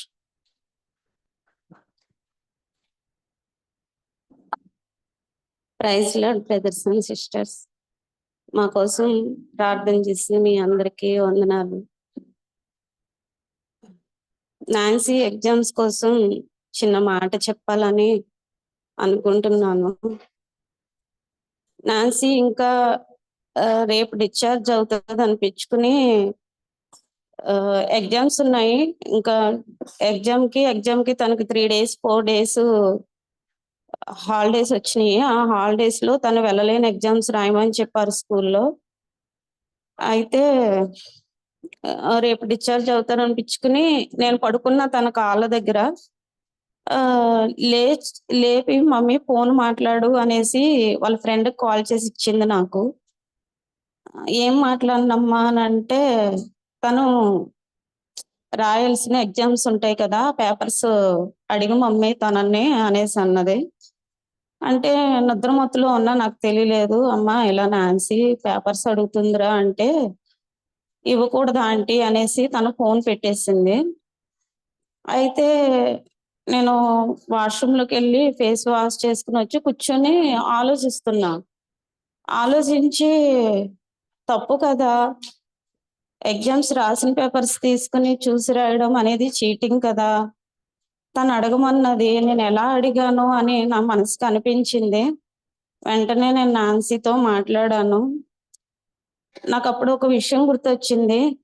ఏంటంటే జాక్కున్నన్ గారు తమ పిల్లలకి ఏం చెప్పేవారంటే, మీరు కాపీ కొట్టొద్దు, మీరు సిన్సియర్గా రాయండి, మీరు ఫెయిల్ అయినా నాకు ఇష్టమే, దేవుని దృష్టిలో మంచిగా ఉండాలి అని పిల్లలకి చెప్పినట్టు నాకు గుర్తొచ్చింది. వెంటనే నేను నాన్సీతో మాట్లాడాను. తప్పు కదా అలా పేపర్స్ అడగడం, చీటింగ్ కదా, నువ్వు అలా చీటింగ్ చేస్తే దేవుడికి నువ్వు ఇష్టంగా ఉండవు కదా, నువ్వు ఎందుకు పేపర్స్ అడుగుతున్నావు? వాళ్ళు ఇయర్ అంతా కష్టపడి పేపర్స్ ఎగ్జామ్ రాశారు, నువ్వు కూడా కష్టపడ్డావు కదా వాళ్ళతో పాటు. వాళ్ళు ముందయ్యారు, నువ్వు వెనకయ్యావు అంతే. అలా పేపర్స్ అడిగి రాయకూడదు కదా, అలా ఎందుకు అడుగుతున్నావు నాన్సీ? దేవుడు ఆ చీటింగ్ నువ్వు ఒప్పుకోడు, దేవుడికి నువ్వు ఇష్టంగా ఉండవు అలా అడిగితే గనక, అలా రాస్తే గనక. నువ్వు ఇయర్ అంతా చదవవు కదా, నువ్వే రాయి, కష్టపడు, అంతేగాని పేపర్స్ తీసుకుని, వాళ్ళు రాసిన పేపర్స్ తీసుకుని నువ్వు రాయడం అనేది కరెక్ట్ కాదు. దేవుడు కూడా ఇష్టపడ్డు అలా చేస్తే. దేవుని యొక్క సన్నిధి ప్రసన్నతాన్ని కోల్పోతావు నువ్వు అలా రాస్తే అనేసి చెప్పాను. చెప్పిన తర్వాత తను విన్నట్టే ఉంది. అదే మాట డిశ్చార్జ్ అయిన తర్వాత, ఈయన భోజనం చేస్తుంటే మీతో ఒక మాట మాట్లాడొచ్చా అని చెప్పి అడిగాను. మాట్లాడు అనేసి అంటే, నాకు ఇలా తన పేపర్స్ గురించి చెప్తుందండి, నాకు ఇష్టం లేదు, అది దేవునికి ఇష్టమైన పని కాదు, మీరేమనుకుంటున్నారో నాకైతే తెలియదు, కానీ తను అలా రాయడం నాకైతే ఇష్టం లేదు. తను చదివిందే రాయాలి, తనకు వచ్చిందే రాయాలి, అంతేగాని అలా రాయడం నాకైతే ఇష్టం లేదు అని చెప్పాను. ఈయన సరేలే అనేసి అన్నారు. నాన్సీకి కూడా అలానే చెప్పాను. నాన్సీ కూడా ఒప్పుకుంది. దేవుని కృపను బట్టి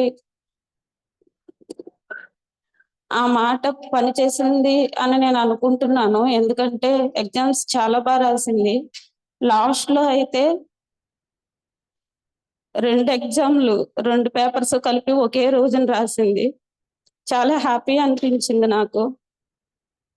ఎందుకంటే చిన్నపిల్లలకు వాళ్ళు చేసే తప్పని తెలియదు, కానీ మనం చెప్తే వాళ్ళు వింటారు. దేవుడికి ఇష్టం ఉండదు నువ్వు ఇలా చేస్తే అని చెప్తే వింటారు అని నేను అనుకున్నాను అదే మాట దేవుడికి నాన్సీకి కూడా చెప్పాను. దేవుడు నాన్సీ ఎగ్జామ్స్ లో మరి తను రాస్తున్న విధానాన్ని బట్టి దేవుడు కూడా సహాయం చేశాడు. పెండింగ్ ఉన్న ఎగ్జామ్స్ బాగా రాసింది. ఇంకొక విషయం ఏంటంటే ఒకే రోజున తన పెండింగ్ ఉన్న ఎగ్జామ్స్ ఒకే టైంలో 2 ఎగ్జామ్స్ కంప్లీట్ చేసింది. దేవుడికి తనకు మంచి జ్ఞానాన్ని ఇచ్చి ఎగ్జామ్స్ కంప్లీట్ అవ్వడానికి సహాయం చేసినందుకు వందనాలు తెలియజేస్తున్నాను. మా జీవితంలో ఫస్ట్ టైం, మా పెళ్ళైన తర్వాత ఫస్ట్ టైం మేము ఎంత ఇబ్బంది పడ్డాం, చాలా ఇబ్బంది పడ్డాము. ఫస్ట్ లో అయితే అంటే మ్యారేజ్ అయిన తర్వాత ప్రాబ్లమ్స్ అనేవి వచ్చాయి. నాకు ఆపరేషన్ చేసేటప్పుడు కానీ, అబార్షన్స్ అయ్యేటప్పుడు కానీ మాతో ఎవరు లేరు. ఈయనైతే చాలా ఇబ్బందులు, అంటే ఈయన ఒక్కడే పాపని నన్ను చూసుకోవడం అన్నీ చేశారు. కానీ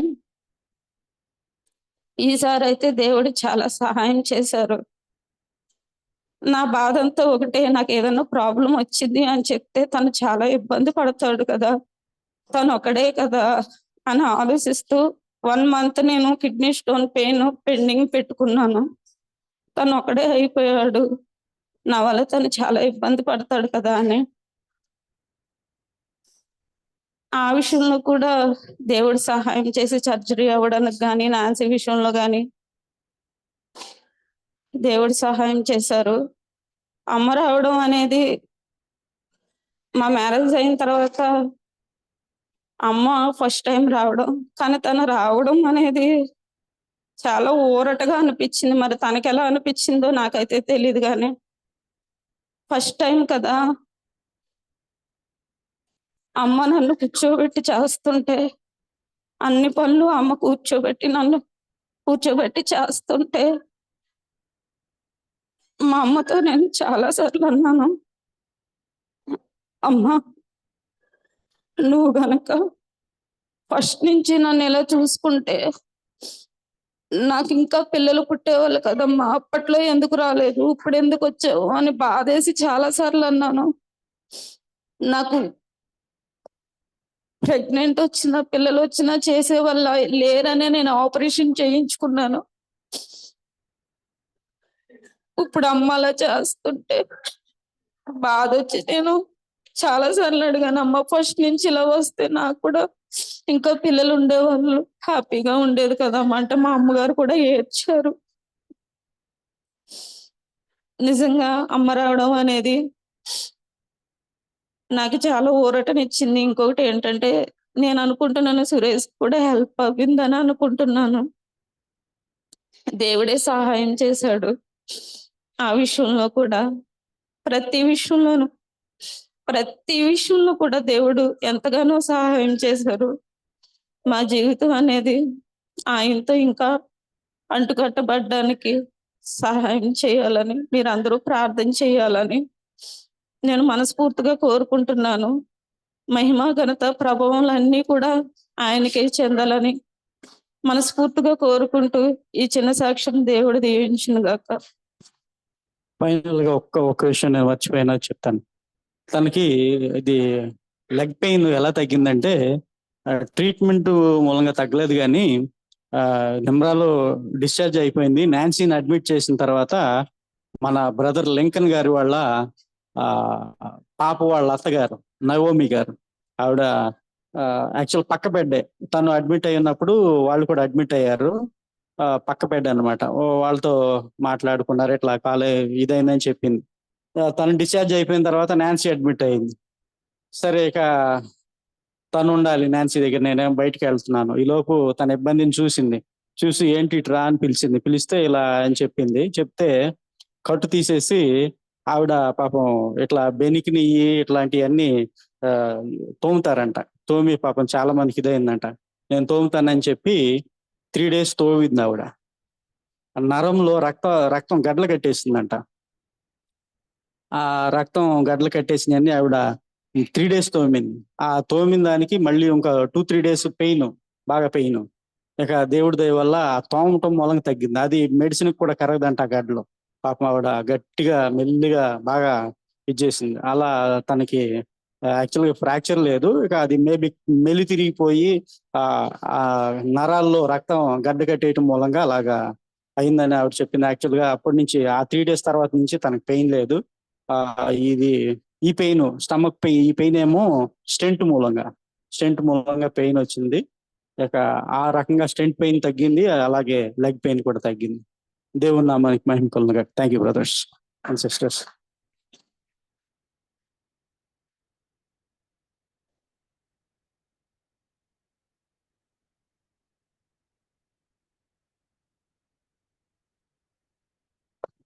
thank you brother and sister. మీ టెస్ట్ మని నిజంగా ఎంకరేజ్మెంట్ ఇచ్చింది, నాకైతే ఎంకరేజ్మెంట్ ఇచ్చింది. అలాగే మన చర్చ్ లో ప్రతి ఒక్కరికి ఎంకరేజ్మెంట్ గా ఉందని నేను కోరుకుంటున్నాను. ప్రార్థన చేసుకుందాము. పరలోకపు తండ్రి, ఈ నిమిషం ప్రభా, ఈ సమయం ప్రభా, మేమందరం కలిసి ప్రభా, నిజంగానే ప్రభా, మరి ఈ రోజు మేము ఇలా కూడుకున్నామంటే నీ కృప వల్ల మాత్రమే గనుక నిజంగా నీకే వేలాది కోట్లాది స్తుతి స్తోత్రములు చెల్లిస్తున్నాం ప్రభా. మరి బిడ్డల జీవితంలో మీరు చేసిన కార్యములు బట్టి మీకే వేలాది కోట్లాది వందనాలు. నిజంగా ప్రభా, మరి బ్రదర్ కుటుంబం వెళ్ళిన ప్రతి పరిస్థితి ప్రభా, నీ జ్ఞాపకం లేకుండా వెళ్ళలేదు ప్రభా. ప్రతి పరిస్థితి ఎందు ప్రభా, మరి బ్రదర్ కంటే ఎక్కువగా మీరు తండ్రి దగ్గర విజ్ఞాపన చేసిన ప్రతి విధానమును బట్టి నిజంగా వందనాలు చెల్లిస్తున్నాం ప్రభా. నిజంగానే ప్రతి ఒక్క సిట్యువేషన్ లో ప్రభా, మీరు తనని నీ పరిశుద్ధ ఆత్మతో నింపి నిజంగా తనకి సహాయం చేసి ధైర్యంతో ప్రభా, మరి ఈ రోజు ఇక్కడ నిలిచి నీకు సాక్షి బిడ్డలుగా ఉండటకు మీరు ఇచ్చిన గొప్ప కృపను బట్టి మీకు వందనాలు తండ్రి. ఆ కుటుంబాన్ని దీవించండి, ఆశీర్వదించండి ప్రభా. ఇంకా సిస్టర్ కి ప్రభా, అలాగే నాన్సీకి సంపూర్ణ తన ఆరోగ్యం దయచేయండి ప్రభా. మరి బిడ్డలు ఇంకా ప్రభా నీ మహిమార్థమై ప్రభా, మరి రానున్న దినాల్లో ఆ కుటుంబం నీ నామ ఘనత కొరకు తను ఇంకా వాడబడలాగా మీరే సహాయం చేయండి. అలాగే బ్రదర్ యొక్క ఫైనాన్షియల్ విషయంలో కూడా మీరే సహాయం చేయండి. ఆ బిజినెస్ ని కూడా మీరే బ్లెస్ చేయమని కోరుచున్నాం ప్రభా. అలాగే ప్రభా, మరి ప్రేమ్ కుమార్ సిస్టర్, ప్రేమ్ కుమార్ వైఫ్ శేష్ కుమార్ని బట్టి మీకు వందనాలు చెల్లిస్తున్నాం ప్రభా. మరి సిస్టర్ ప్రభా డెలివరీ అయ్యి తండ్రి, మరి పోస్ట్ డెలివరీ ప్రభా, మరి ఎటువంటి కాంప్లికేషన్ లేకుండా తన మదర్ బేబీ ఇద్దరు హెల్దీగా ఉండడానికి మీరు ఇచ్చిన కృపను బట్టి వందనాలు ప్రభా. మరి ఆ కుటుంబాన్ని కూడా దీవించి నీ మహిమార్థమై వాడుకోమని కోరుచున్నాను ప్రభా. అలాగే శ్యామ్ బ్రదర్ని బట్టి ప్రార్థన చేస్తున్నాం ప్రభా. మరి బీపీ డౌన్ అయ్యి ప్రభా, మరి వెర్టిగోతో బాధపడుతున్న బ్రదర్ ని ప్రభా మీరు స్వస్థపరిచినందుకు వందనాలు ప్రభా. మరి బిడ్డ కూడా తండ్రి సంపూర్ణ తండ్రి ఆరోగ్యం దయచేయమని, తిరిగి తను విధులు చేసుకోవడానికి నీ కృపను ఇవ్వమని కోరుచున్నాం ప్రభా. అలాగే తండ్రి సిస్టర్ ఝాన్సీ గారిని బట్టి ప్రార్థన చేస్తున్నాం ప్రభా. రమేష్ బ్రదర్ వాళ్ళ వైఫ్ ప్రభా, మరి సిస్టర్ కి ఉన్న తండ్రి ఆ మైగ్రేన్ నుంచి తండ్రి మీరే స్వస్థత దయచేయండి ప్రభా. తండ్రి మీరు ముట్టి తాకండి ప్రభా, సిస్టర్ కి సంపూర్ణ తండ్రి స్వస్థతను మీరే దయచేయమని కోరుచున్నాం ప్రభా. అలాగే ప్రభా మా సంఘంలో ఉన్న ప్రతి ఒక్క బిడ్డల్ని జ్ఞాపకం చేసుకోండి. ఎవరైతే అనారోగ్యంతో ఉన్నారో ప్రభా, ఈ రోజు మేము అందరం కలిసి ఏకీభవించి ప్రార్థన చేస్తున్నాం ప్రభా. మీ యొక్క హస్తంతో తన్ని తాకి స్వస్థతను తన్ని విడిపించమని కోరుచున్నాం ప్రభా. స్వస్థత దయచేయమని కోరుచున్నాం ప్రభా. తప్పకుండా మీరు మా ప్రార్థన ఆలకించి మరి స్వస్థత దయచేసినందుకు మీకే వందనాలు చెల్లిస్తూ, అలాగే కుటుంబాల్లో మీరు చేయబోతున్న కార్యములు బట్టి కూడా మీకే వందనాలు.